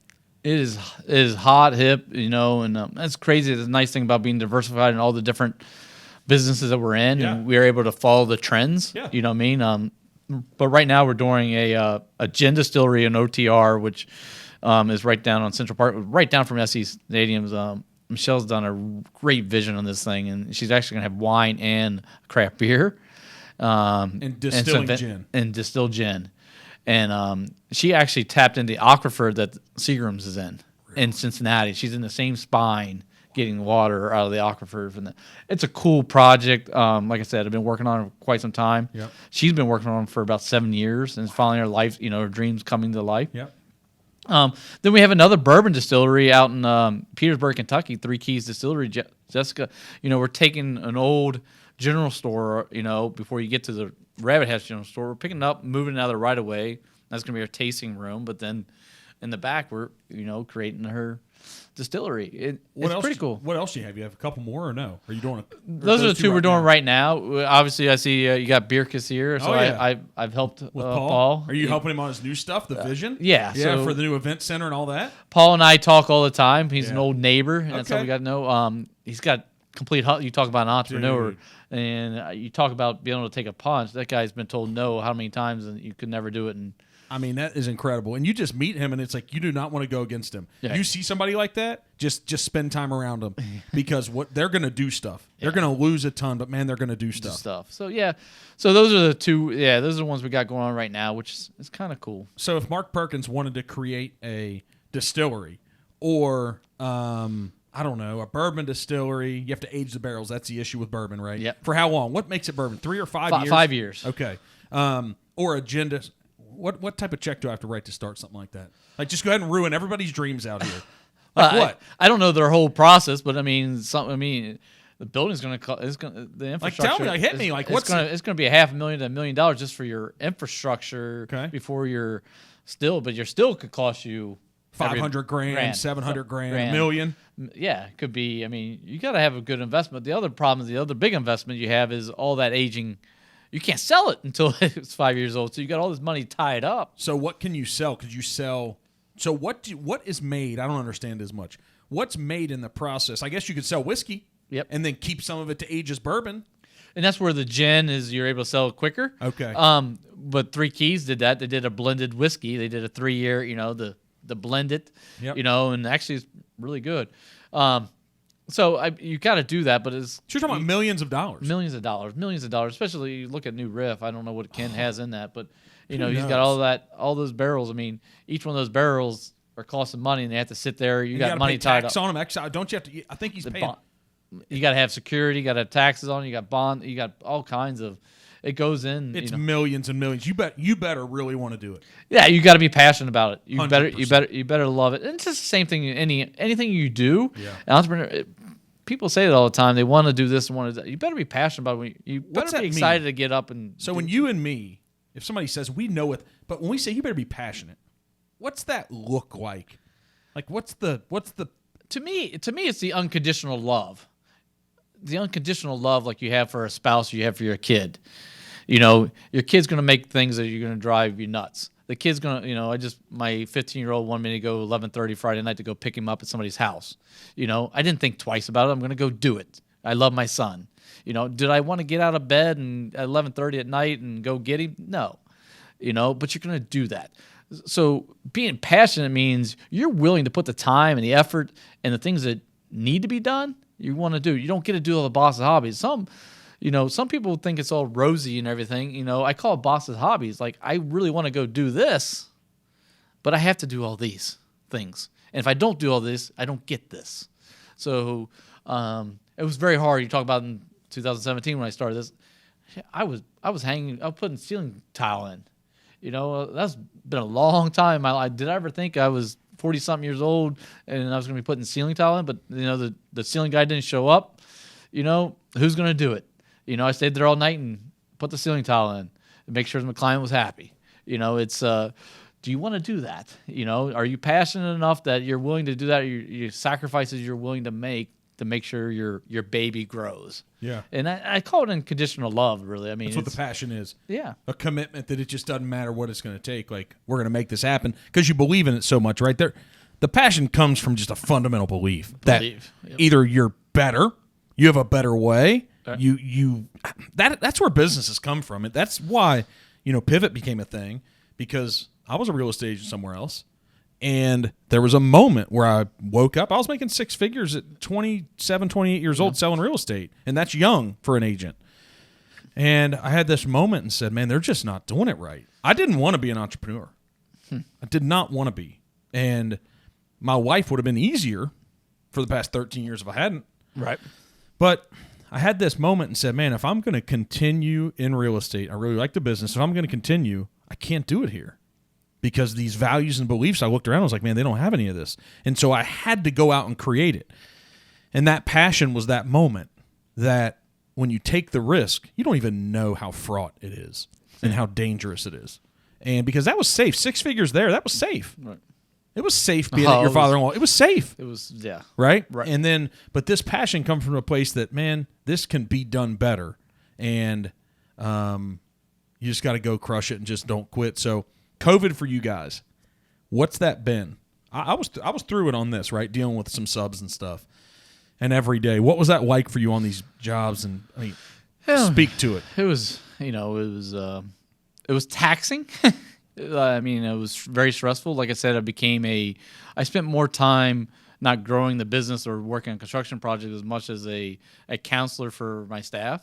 I had a guy call me up and says, before I go home every night, my wife makes me go in the garage and take off my clothes, and she's hosed me down with a garden hose, and I don't want to work. And I'm sitting here telling him, I need you to work. I'm having my wife at home like, why are you making all these guys work? And it's a constant battle of all that, and you're worried and making the right thing. And I said one time to one of my staff, like, as an entrepreneur and as my culture is like, please let me get it, not anyone else, but it's also a controlled risk. I'm looking at my guys and my staff, my team is like, who's really, they might get it. They might be sick for 2 weeks, but do I have any real concerns about somebody dying? Right. But it's real. It's something we fight every day. You know, I had one guy right away said that, hey, we all get to stay home for 2 weeks and you got to pay us, you know, and I have other guys that, you know, they $600 and, you know, I'm going to make federal money. And, you know, so you're constantly battling all that stuff, and then you're talking about the subs, the people I don't control. The fear is no one has my beliefs. You know, I told people if they have any symptoms, I'm going to pay them, but I can't control that with the sub. People need money. People, it doesn't matter what you make. I tell my staff this all the time. I don't care what you make. I don't care what any one of our employees. That's your lifestyle. You count on that check. That's your spending. So people count on it. I take great pride in that. It's like everyone's always, I've never laid off anyone in my life. I said, you might not have done what you wanted to do that week, but you got your 40 hours, you got paid. So it's very hard, but it's still challenging to this day. You know, I had two employees that ended up with it. Mm-hmm. I think I paid another 8 or 9, mm-hmm. But then I also have I have 2 clients again that didn't pay me. And one, you know, I call them like, get in line, you know, because their business is struggling. You know, I'm very fortunate that I'm diverse in so many different industries. Yeah. That I was able to handle that and withstand it. I think that at times, do people have a tough time connecting with and I don't know this about you, to correct me if I'm wrong, your unreasonableness because of the entrepreneurial spirit?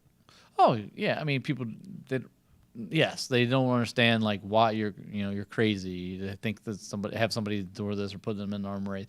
And the way I tell my staff is, I will never ask you to do it. It's funny, this story's coming up. Tell it. Let's hear it. I tell my staff all the time, I will never ask you to do anything I wouldn't do. And I've shown my staff. I've gone out there to you saying, you know, I've swung a hammer. Demoed space. I put ceiling tile. I mean, one of the things my people understand, if that guy's carrying a sheet of drywall, and I preach it to my guys, help him on the other end. And I'm in my dress clothes. My wife gets mad. It's like, you can't have any nice clothes because you ruin them. Yep. You know? Just looking at them. Sounds familiar to some people around here. Yeah. So it's that thing, but crazy thing is it just happened since COVID. We were up in Kettering, Ohio, and a plumber was fixing, and they had a sump pump, an injector pump for the bathroom down in the basement of this old facility. Yep. And for those people that don't know, that's going to take sewage from a bathroom, and the sewer is at a higher level, right, than where the sewage is, the bathroom. It's got to take all the sewage and pump it up and out to the sewer. Right. And so we have this condition, and I'm sitting in a meeting, my superintendent meeting, and my one superintendent is like, you know how you always tell us you would never do something? That you wouldn't ask us to do something you wouldn't do. And he's like, today you wouldn't want to be Earl. I'm like, what are you talking about? And he sends me a picture. And one of my guys jumps down in there to clean it out and muck it out because they couldn't get a pump. Didn't hesitate. Takes the bolts off the top because they're bolted down. It was already up, I guess, because you're trying to find a pump. 7 feet deep. And I was like, Juan, you know, and I'm using this as learning things. Like, man, I am very humble. You know, and he's like, we told him he didn't have to do it. We would just wait till tomorrow. And he's like, it needs to be done. I can do it. Just get me a bucket. And he goes down there and cleans up that human waste. How long had Earl been with you? Crazy. He's only been with me at that point probably 8 months. So you have a lot of this, though, being 3 or 4 years. You have so many people that are new to Fetters. Yeah, yes. Right? Yes. Okay. But him and I go way. He's known me for about 7, 8 years. Okay. But it's crazy. You know, the crazy thing is my. I was like, there's got to be a better way. You can't put a person in that position. You know, it's like, but so that was happening on a Tuesday. That Friday, I brought everyone back, and we had beers and stuff at the office, and I got him I was going to say, what'd you do for Earl? I got poop emoji, and there was 2 other guys that kind of helped a little bit. I got poop emoji hats, and then I got them all a pair of boots. And I handed them, and I said, you know, I appreciate it. That you were up to your whatever. And I was like, I really do appreciate it. It's very humble that you're willing to do that, but we got to think better, and we got to there's got to be a better solution than putting somebody, I mean, health concerns, all kinds of concerns. But, you know, I have guys that will, like you said, will stand in that playground and fight with me. Yeah. And go the extra mile. You know, it's pretty cool. That's tremendous. So what am I supposed to ask Albert Fetters? What are we supposed to ask, man? Like, what is it? that we don't know that we can't know. Like, you're so stinking smart. Like, you're losing some hair up top like me. Yeah. I got the back problem. You got, like, the front problem. What is it, though, man? I think man, I What should we struggle. know? What should we know about Albert? I'm an open book, but my thing is, and I think as every entrepreneur, it took me, I don't know, 20, 25 years to finally start my own business that I always wanted to do, I guess, from those college days after not becoming a professional soccer player. But it took somebody to believe in me. You know, you got to believe in yourself. You know, it's hard. And I always tell people, and I just had this conversation with somebody in my office this morning, and it's like, if you can go to bed at night and sleep and you made the right thing, who cares what all these people say about you? You know, it's you know you did the right thing and what have you. You know, the good news for me is I have a lot of people that really know me and understand. But there's people, like you said before, people don't know you and they're gonna judge the book. They don't know the whole situation. But it's crazy. It took a lot of soul searching, and I didn't believe in myself to do this. And it's gone really well, and I have a lot of people. But believe in yourself, believe in your dreams, and you know the great thing what we get to do. We're in a country we get to go chase those dreams if you really want to, and as long as you're willing to put forward the effort, and have that passion, you know, go try it. But you know, sometimes I come off really confident, but it's the same. You know, just like everyone else, I have doubts. You question yourself, and it's good to be reassured, you know, and it's also good to hear the good. It's also good to hear the bad. But I tell people all the time is pick your battles, you know, so you can win the war. It's the same thing with my clients, you know. Do you really need to tell me this? You want to vent. That's fine. But a lot of times there's a rhyme to their vent. They want something lower. They want something free or whatever. And they use some other excuse. Just be open and honest with me, you know, because what you say, I'm going to take back. You're challenging my baby. But it's the same thing with my staff. It's like, remember, I tell all my staff to each other, it's like, remember, you know, don't throw stones when, you know, you're not perfect either. You know, remember, everyone's human, and we all make mistakes. If we don't fail, we're never going to succeed. And that's one of the things that I think I have this motto, and it's one of our core values. It's like, if it's not broke, break it. There's a better way to do it. I use the cell phone all the time. In my industry, all the subs come, I've been doing the concrete for 30 years this way. I'm like, well, 30 years ago, you didn't have the cell phone. You couldn't live without it. You know, and you look at all the different companies that didn't, didn't invent or stay in tune. Yep. Blockbuster to radio. Listen, you know, Kmart and Walmart, Kmart, right? yeah. Think about Apple is what Apple is today because of the iPhone. Like, if they hadn't discovered and created the iPhone, they might not even be a company anymore. And Microsoft was in the space. They could have done it, and they didn't believe enough. Like, it's like, guys, these are like, break it. And I think Apple continues to do that as a company. With Steve Jobs, maybe he was a jerk, right? Maybe he was whatever. But he saw, they actually, what was it? What was the media player that they had? A pod, was it iPod? iPod, right? yeah, and they knew when they came out with the first iPhone, they realized, like, this is going to kill that.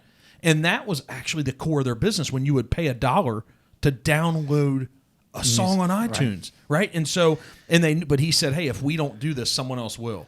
Like tankless water heaters, I run into it. Yep. I have these multi-purpose, like on Main Street. I own a building on the corner of 7th and Main, and Crafts and Vines is a shop in there. Yep. And then there's an apartment up top.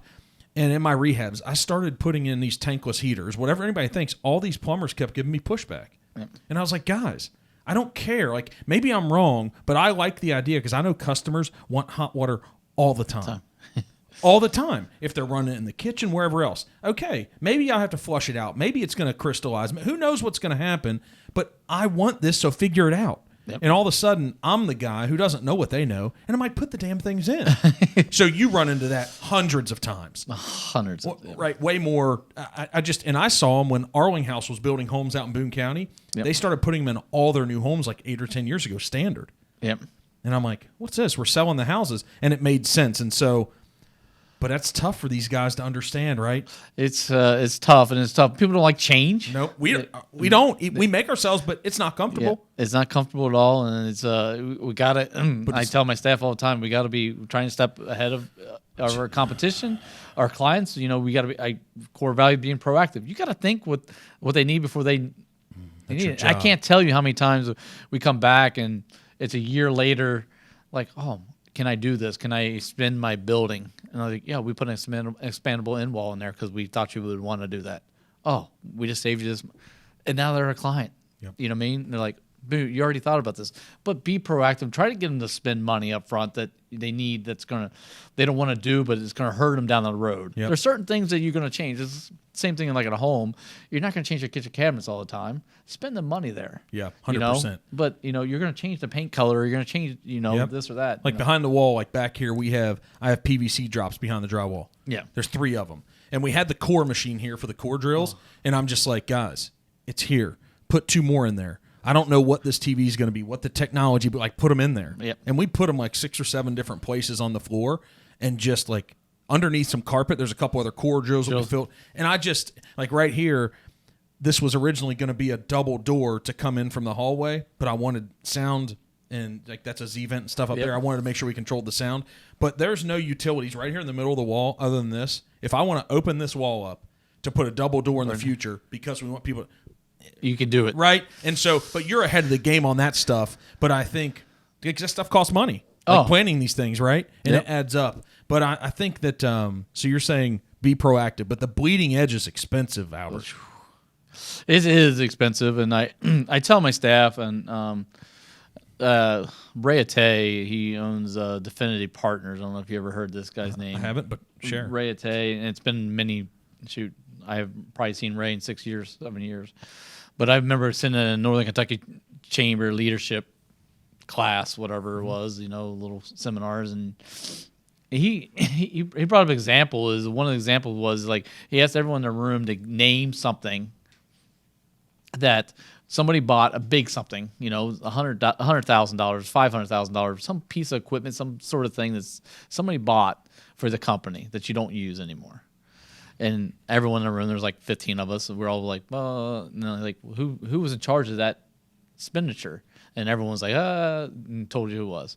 And then he flipped it on us and said, hey, name something that you use every day for about the same value you can't live without.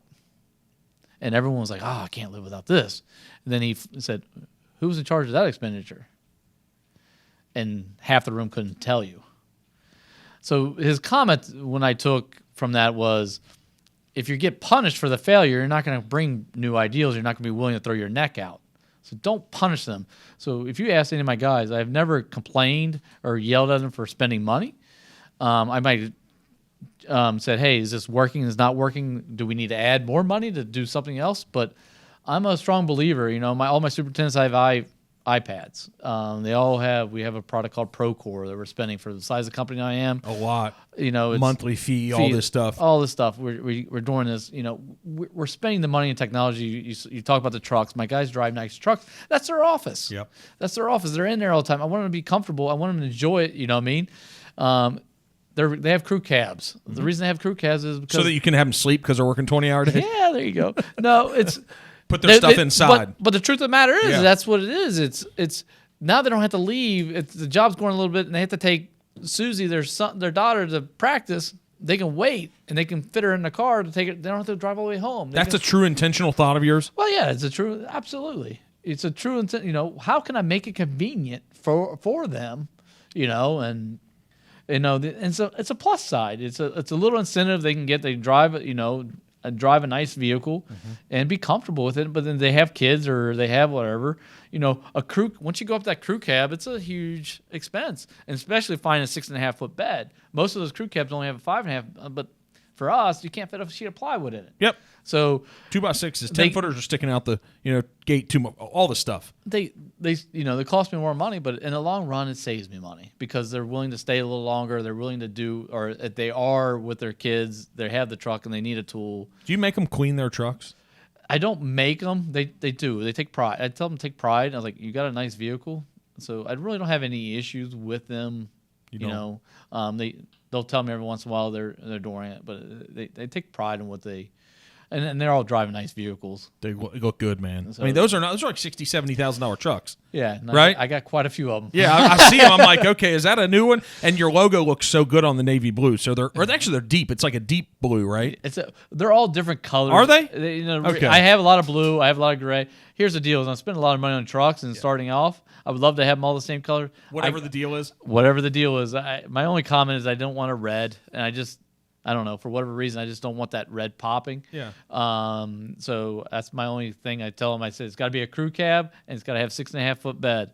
Do they call you when they get one coming through? Do you have like a guy at a dealership? They do. They call me every once in a while saying, hey, do we have, and it's kind of nice because I've been buying them at the same location for the most part now, and it makes life a little easier. Ease, the maintenance, the service, the warranty stuff, all of it. It's just in the ease of the paperwork and They've got it all. They got it all. Right? They're pretty much just like, I'll send you the keys, man. Just come get the truck. Right? Yeah. And the crazy thing, when I was on that skiing trip, and we bought it, and it was kind of weird. It was the first time. I was like, we bought another truck while I was gone. Wow, man. I wasn't even here. So how do you control this thing? We won't sit here all day because you're a busy guy, but how do you control this controlled growth? Man, it's just you plateau. You make sure you have processes in place. We debrief every project. We debrief some of the decisions we make. I have a board of advisory that I report to every quarter. I am in a Vistage roundtable. I don't know if you're familiar with Vistage, but it's a CEO roundtable for other. I have 12 other entrepreneurs, CEOs of other companies that are holding me accountable, and asking me the tough questions. Yep. And making sure I'm making the right decisions, and trying to take them. They help me take the emotions out of the decisions process. Yeah. So I'm trying to do those things, and it's a constant struggle. Does it feel a little bit uncomfortable? Oh, absolutely. And it's kind of. I was just telling my wife. My wife and I went to dinner on. We went to dinner on Friday night. We dropped the son off, and then we had to go pick him up. We'll go to dinner. Where'd you go? Tell us. We just went to Carrabba's because he was dropping off in Edgewood. And we say, hey, we'll go to Carrabba's. They're letting people eat in there. And we ate dinner, and I dropped her off at home, and I turned around and came back to Edgewood like an hour later. Is that where your office is?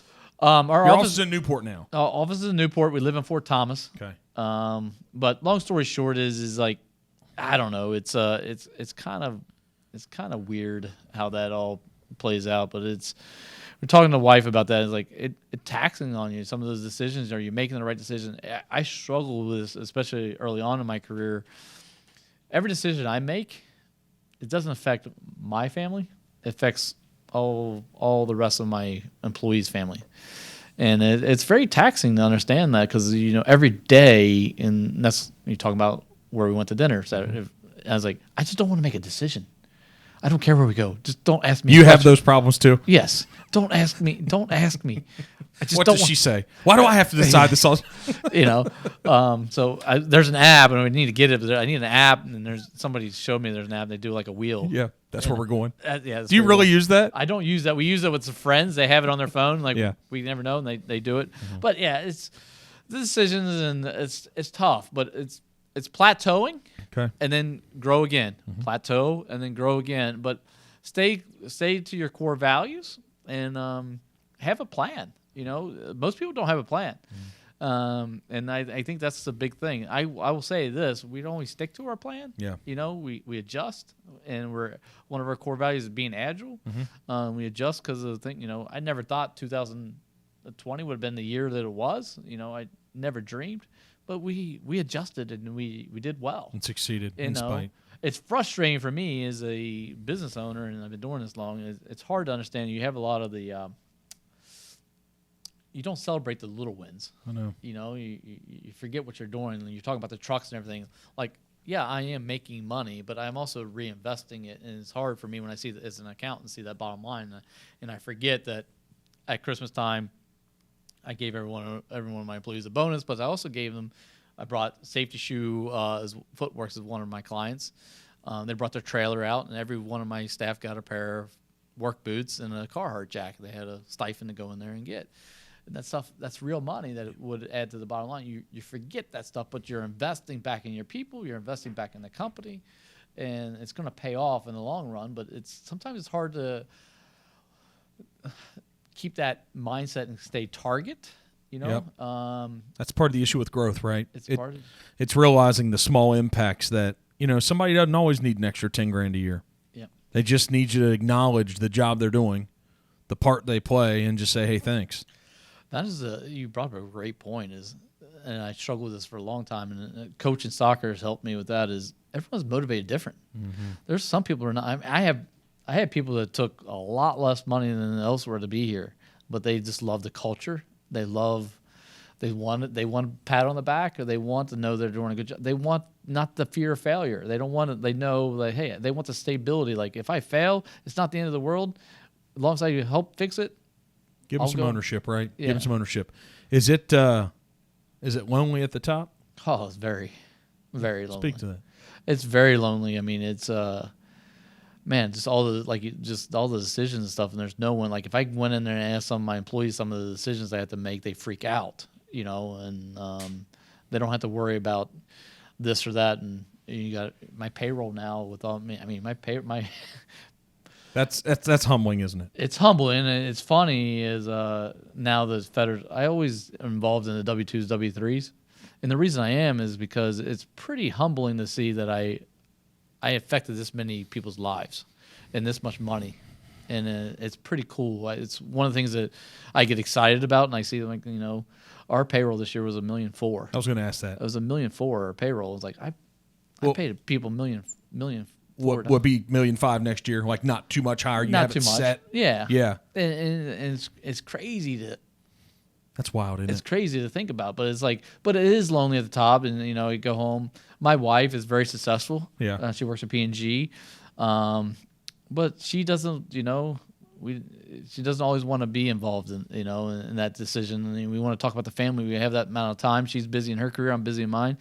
So you don't have that. My Vistage group. I was going to say, is that where Vistage comes in? Vistage comes in, and I've really got I've been in my group for a little over 5 years now. Okay. I've done roundtables since 2005. Okay. And they've been very helpful because they ask you the questions you don't want to be asked. Yeah. And see, they don't have emotions. Like, if I were to meet your kids, I don't have the emotions of being a parent. Yep. I can just see it and say, what about this decision? Because you got to make them cry sometimes. So, hey, this might be the moment, like Albert. Yep. Like, stick with it, where to me, I don't feel the pain as being a parent. Yeah. Maybe those CEOs are the same way. They are. They're absolutely. Right? They're absolutely. And they help you. They talk you off the cliff sometimes. Like, and they also tell you, And you don't take all their advice. No. Right? No, absolutely. So is that advice you'd give to a lot of entrepreneurs? Like, hey, is that through the chamber? Was that through like a Xavier? Or is that what's that through the Vistage group? Is it independent? It's an international. I started off with the chamber roundtable. Yeah. Then I started with the Gehring Center. Okay. And then Vistage is in it. I pay a good chunk of money. It's a monthly fee that I pay a good chunk of money, and I did it from day one. People are like, "What?" Yeah. And I'm like, "It's important to me because I need that surrounding board to help me." But yeah, it's the hardest thing is making those decisions and understand that everyone doesn't have your best interests in mind. And some people might have their own, and they're thrown. The one thing I will say, since Federers Construction, I've had more opportunities to do other things and invest or do whatever than I ever had. Maybe I had them before, but I was so far in the weeds that I didn't really realize it. You probably didn't have them, man. You weren't even though it's lonely at the top, people see you as, listen, you're the king, man. Yeah. And they want to come to the king for the opportunities. Yeah. So it's kind of weird, but it's like you're saying that is like, man, it's hard. It's hard to flush out which are true. Like, what do you take equity in? Like, that's a position you're in, right? It's like, hey, here's this project that I could make 8 or 10% on, or 12%, cost plus. I could do, or they're giving me a pitch that's going to be incredible, and they aren't in an amazing cash position yet, but what do you take 5% in? Yeah. What do you take 7% equity in? What do you take 3%? Right? You probably have those opportunities coming your way. All the time. And, right? I had a restaurant group just recently they want to give me 10% of all their profits, but I pay the whole build out. Who dictates where the profit is? Right. What number goes into that? Yeah. It's kind of crazy. It's crazy. And so it's like, those opportunities, like real estate. Like I said, there's 2 houses I bought. One in Bellevue right now that I bought off somebody that I have to keep the renter in there for a year. Somebody's owned it for 50 years or something or Yeah. whatever. I don't know. The renter's been there for 7. They don't want to kick. They need to get rid of it. And Yep. the other one was off a client and need to get rid of it. He's gonna, I have the Lose it or access to something. do. Yeah. It's crazy. All those things are happening, and it's happening all the time. Or I have a client that can't get their financing. Well, I'll sign a lease with you for 10 years, and it's very favorable For you. for me. But But you're pretty much then, you're in an equity position in their business then. right, It's like, man, how confident am I that their business is going to succeed? yeah. And that's the crazy thing. There's been some of them that I'm like, I wasn't confident. I backed out of it, And they just I you're like, was like, Albert, what a dumbass. well, yeah. Well, it's the same thing in like OTR. I'll never forget. I rode shotgun in a police cruiser in 2009, I think it was, and I did third shift. And I never dreamed that OTR would be what it is today. And I had some friends that made Millions. millions over there that I had the opportunity, and I was like, Come on. it's like, come on, you know what I mean? And those opportunities, but you can't beat yourself up from it. You got to go with your gut. Yep. And there's always another deal, but it's hard. And there's other ones I'm glad I didn't. Yep. You know what I mean? So it's and there's and I tell people all the time as an entrepreneur, you're gonna make good decisions and bad decisions, but If you're passionate and committed, man, you'll fight through it all. yeah, it's That's what I've learned, right? I mean, I think the challenging place to where you're at, and that probably in similar spots here, is that don't screw it up now, he's because it's like it didn't even feel risky in the beginning. Because what the hell did you have to lose? right. Nothing, right? Yep. Nothing. Now you've built something. That's funny you say that because that is the You feel it. I feel it. So, You but feel it every day. but you need to be that same guy that developed it to made it happen now to go to the next level. But man, like it's on both shoulders, isn't it? Yeah. Right? I feel it right now. I know. I'm sorry for doing it to you, man. But that's what it is. It's like don't screw up 21. And I think man, I'm pumped to see what you guys do. I think no. the sky's the limit, like you said, and it's like that's like you said, is like just don't mess it up, man. You got Yeah. really good. You found really good people. Yep. You're at a good spot now. You're getting to dictate projects you're getting. Yes. You got the staff that can Yes. support it, and it's just like, man, it's just like Doesn't it feel good? it does. It And feels, then you're like, wait a minute. What if this all went away? Come on, man. But you know what I think is brilliant for you? You're like, hey, just 15% growth. That might be, you might look back in 10 years, and this might be the defining year for you guys where, man, I think too many people get out over their skis. And I felt like I was there a couple times in 13 years. And before you're forced to pull it back, like just pull up on the reins a little bit here. yeah. Right? Organize it. Make it efficient. Let's make sure we're doing this right so we can crush just a brilliant business mind, man. Wherever it came from.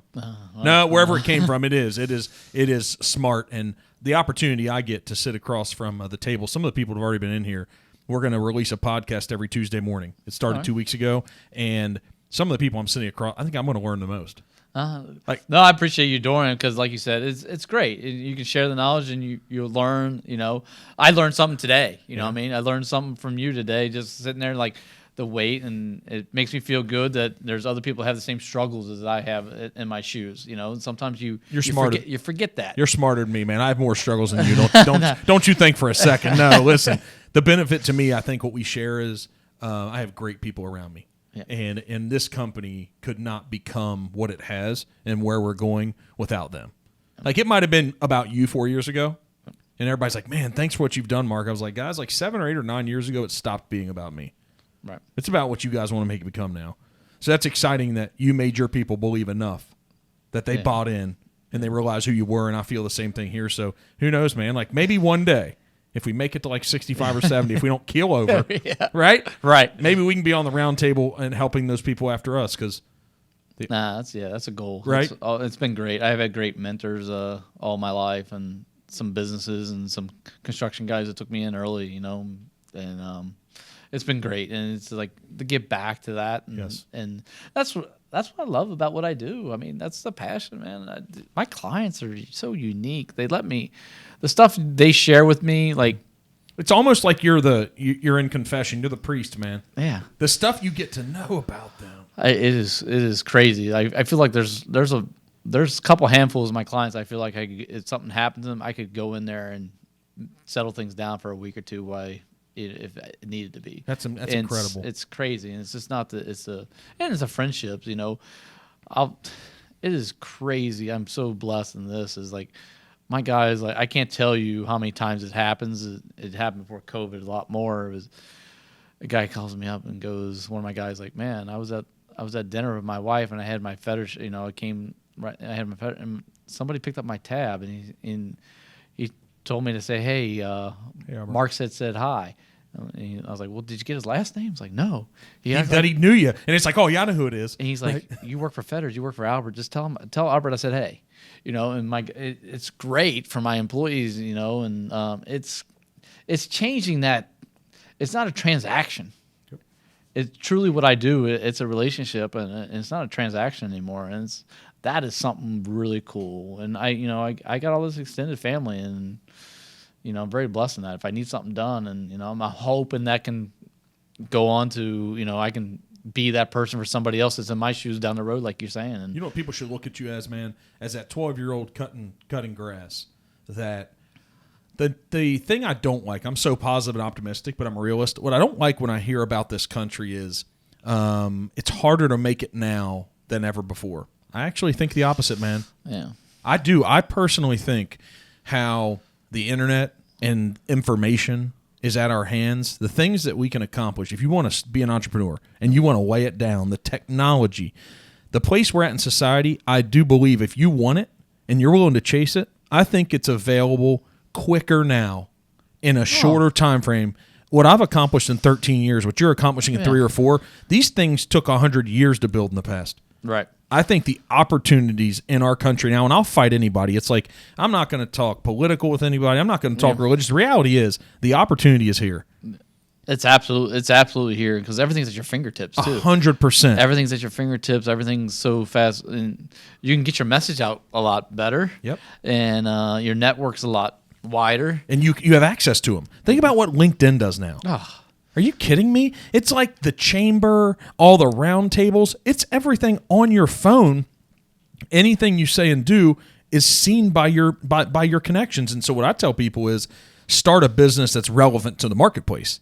That's who you can say it's not. Then start a business that the marketplace says that they want and that they're going to use. Right? If not, don't start it.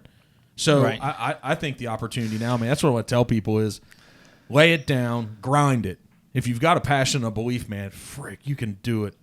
You can do it, and it's crazy, like you said. I can't tell you. I have people from Texas to California to South Dakota because I sat on this national board for CFMA, but I also got to meet. I go to the national conventions and stuff like that, and I meet these people. They're my competitors, but they're way over there, so we can share ideals so easily now. That hey, is this working for you? There's no threat. There's no threat. Man, I feel that. I go to all that stuff. I go to I was disappointed we couldn't go to them this year, but I go to all of them, man. Still to this day, but it's a growth mindset. It's learning. It's seeing what's up next. It's having conversations. So, man, Fetters is doing it right. No, I don't think we can help you. You brought like the knockout punch with you. I'm not knockout right? punch. Yeah. We create and lit. People are gonna make fun of me, man, because there's nothing in my life other than work that's lit about. No, there's not.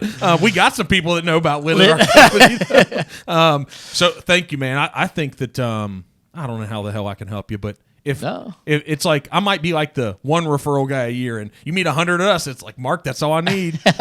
Send me that referral. No worries, man. No, I friendship is all I ask, and I tell my people all the time is like, you know, my network is like anything I can do to help, just stay in connection, and you never know. Just having conversations. There's 3 or 4 of us that we go to breakfast every day. We have not every day, once a week. Yeah, and it's just we just shoot the bull. Yeah, you got to be top of mind in this world, right? Yeah, it's just crazy. When people think commercial construction and you might do some custom builds, you just want them to think Fetters. That's it, right? Isn't that it? That's it. That's it, man. And then the company you are is strong enough to say, oh, yeah, I should call Albert. Oh, yeah, you're right. You know what? Those qualities, the virtues, the people they've worked with, yeah, I'll call him. And I think you guys are at this tipping point, dude. I'm pumped to see it. You guys are going to be like building buildings, man. I met with the guy that I bought this building from. Breakfast after I bought it. I didn't deal with him. They're such a huge company that you don't get to deal with the guy at the top. Right. And I had breakfast with him afterwards, and those breakfasts can either last like 10 or 15 minutes, but I sat there for 2.5 hours with him. Wow. And I think I took more out of that 2.5 hours. There wasn't any exchange of money or future business, but that 2.5 hours, I left with stuff that pretty much a billionaire has built his business with. And yeah, I'm pumped about these conversations. There's something I'm going to wake up tomorrow and be like, Albert taught me some shit, man. Well, and it's funny. And our staff, your staff, my staff, they need to understand that, And I tell my staff, I was like, don't be afraid to ask if you can come to this meeting with me because you can be a fly on the wall and you can learn. That's how I got to some of that. Be the fly on the wall and just sit back, but be attentive, be there. Don't be there, but be there. Yeah. And I mentor. We have a UC co-op right now, and I have a high school little co-op. She's an entrepreneur. I was like, come to you probably should come to the 7:00 meeting that we have. I was like, you're going to learn more than that 7:00 meeting every Thursday than you're going to learn, and be. That's what I tell people. That's how I learn my stuff. Don't be afraid to ask a question too. Yeah. Curiosity, right? Yeah, curiosity gets you. I think that's what benefits me the most. Yeah. I'm just curious. Yeah, I could sit and talk to somebody about something I don't know, and I want to know how and why. Come on. I don't know. I love you, man. I better quit taking your time. No, I appreciate it. You guys are amazing. No. The knockout punch for 2021 for all the competitors, the marketplace, all of it. All right, man. So how do we find everything Albert Fetters and Fetters Construction? If people are like, hey, I have a little project or a big project, you guys are doing some substantial things. So nothing too small. Nothing too small. Right? You'll build. You know what he said, Mike? He said he'll even build, like, what are those toilets called? Sitting out behind your house that don't. Will you build one, man? Yeah, what were they? Right? Hey, all the way to, multiple story buildings. Yeah. What's the biggest project that you guys have worked on? Like, you don't have to say the number. Right now is that one on 4th Street down there. DBL. The DBL Law is the biggest one right now. The OTR Stillhouse is a pretty big, sizable one. I mean, we have multiple ones that as Fetters Construction. We did a project up in Indianapolis that was pretty. How big was that?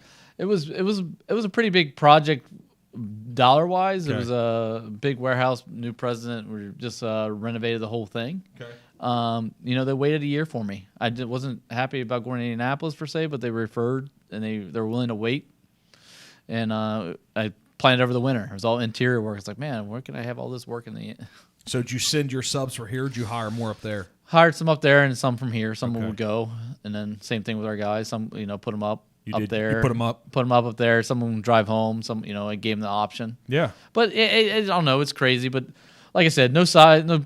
We're looking for relationships. We're looking to if you want it done right. Yep. We're your company. We're gonna. If you need a solution, a lot of times we get our, impossible is just a myth. You love it, don't you? Tell me it's impossible. Tell me, and we figure out a way to do everything. So how do they find you guys? What's the best way to reach out? I mean, obviously we have a website that hasn't been updated in a long time. That's okay, because you're building things. The crazy thing is we have a office number now, but we have a website, Facebook. We're prominent. We're down there in Newport, Kentucky. Ask around. Most people, will know us. Fetters Construction. Fetters Construction. FEDDERS. Yep. Okay, man. Keep doing what you're doing. You're inspiring. No. So Northern Kentucky, Cincy, Indianapolis, who knows where else. Thank you, man. Yep, All right, yes.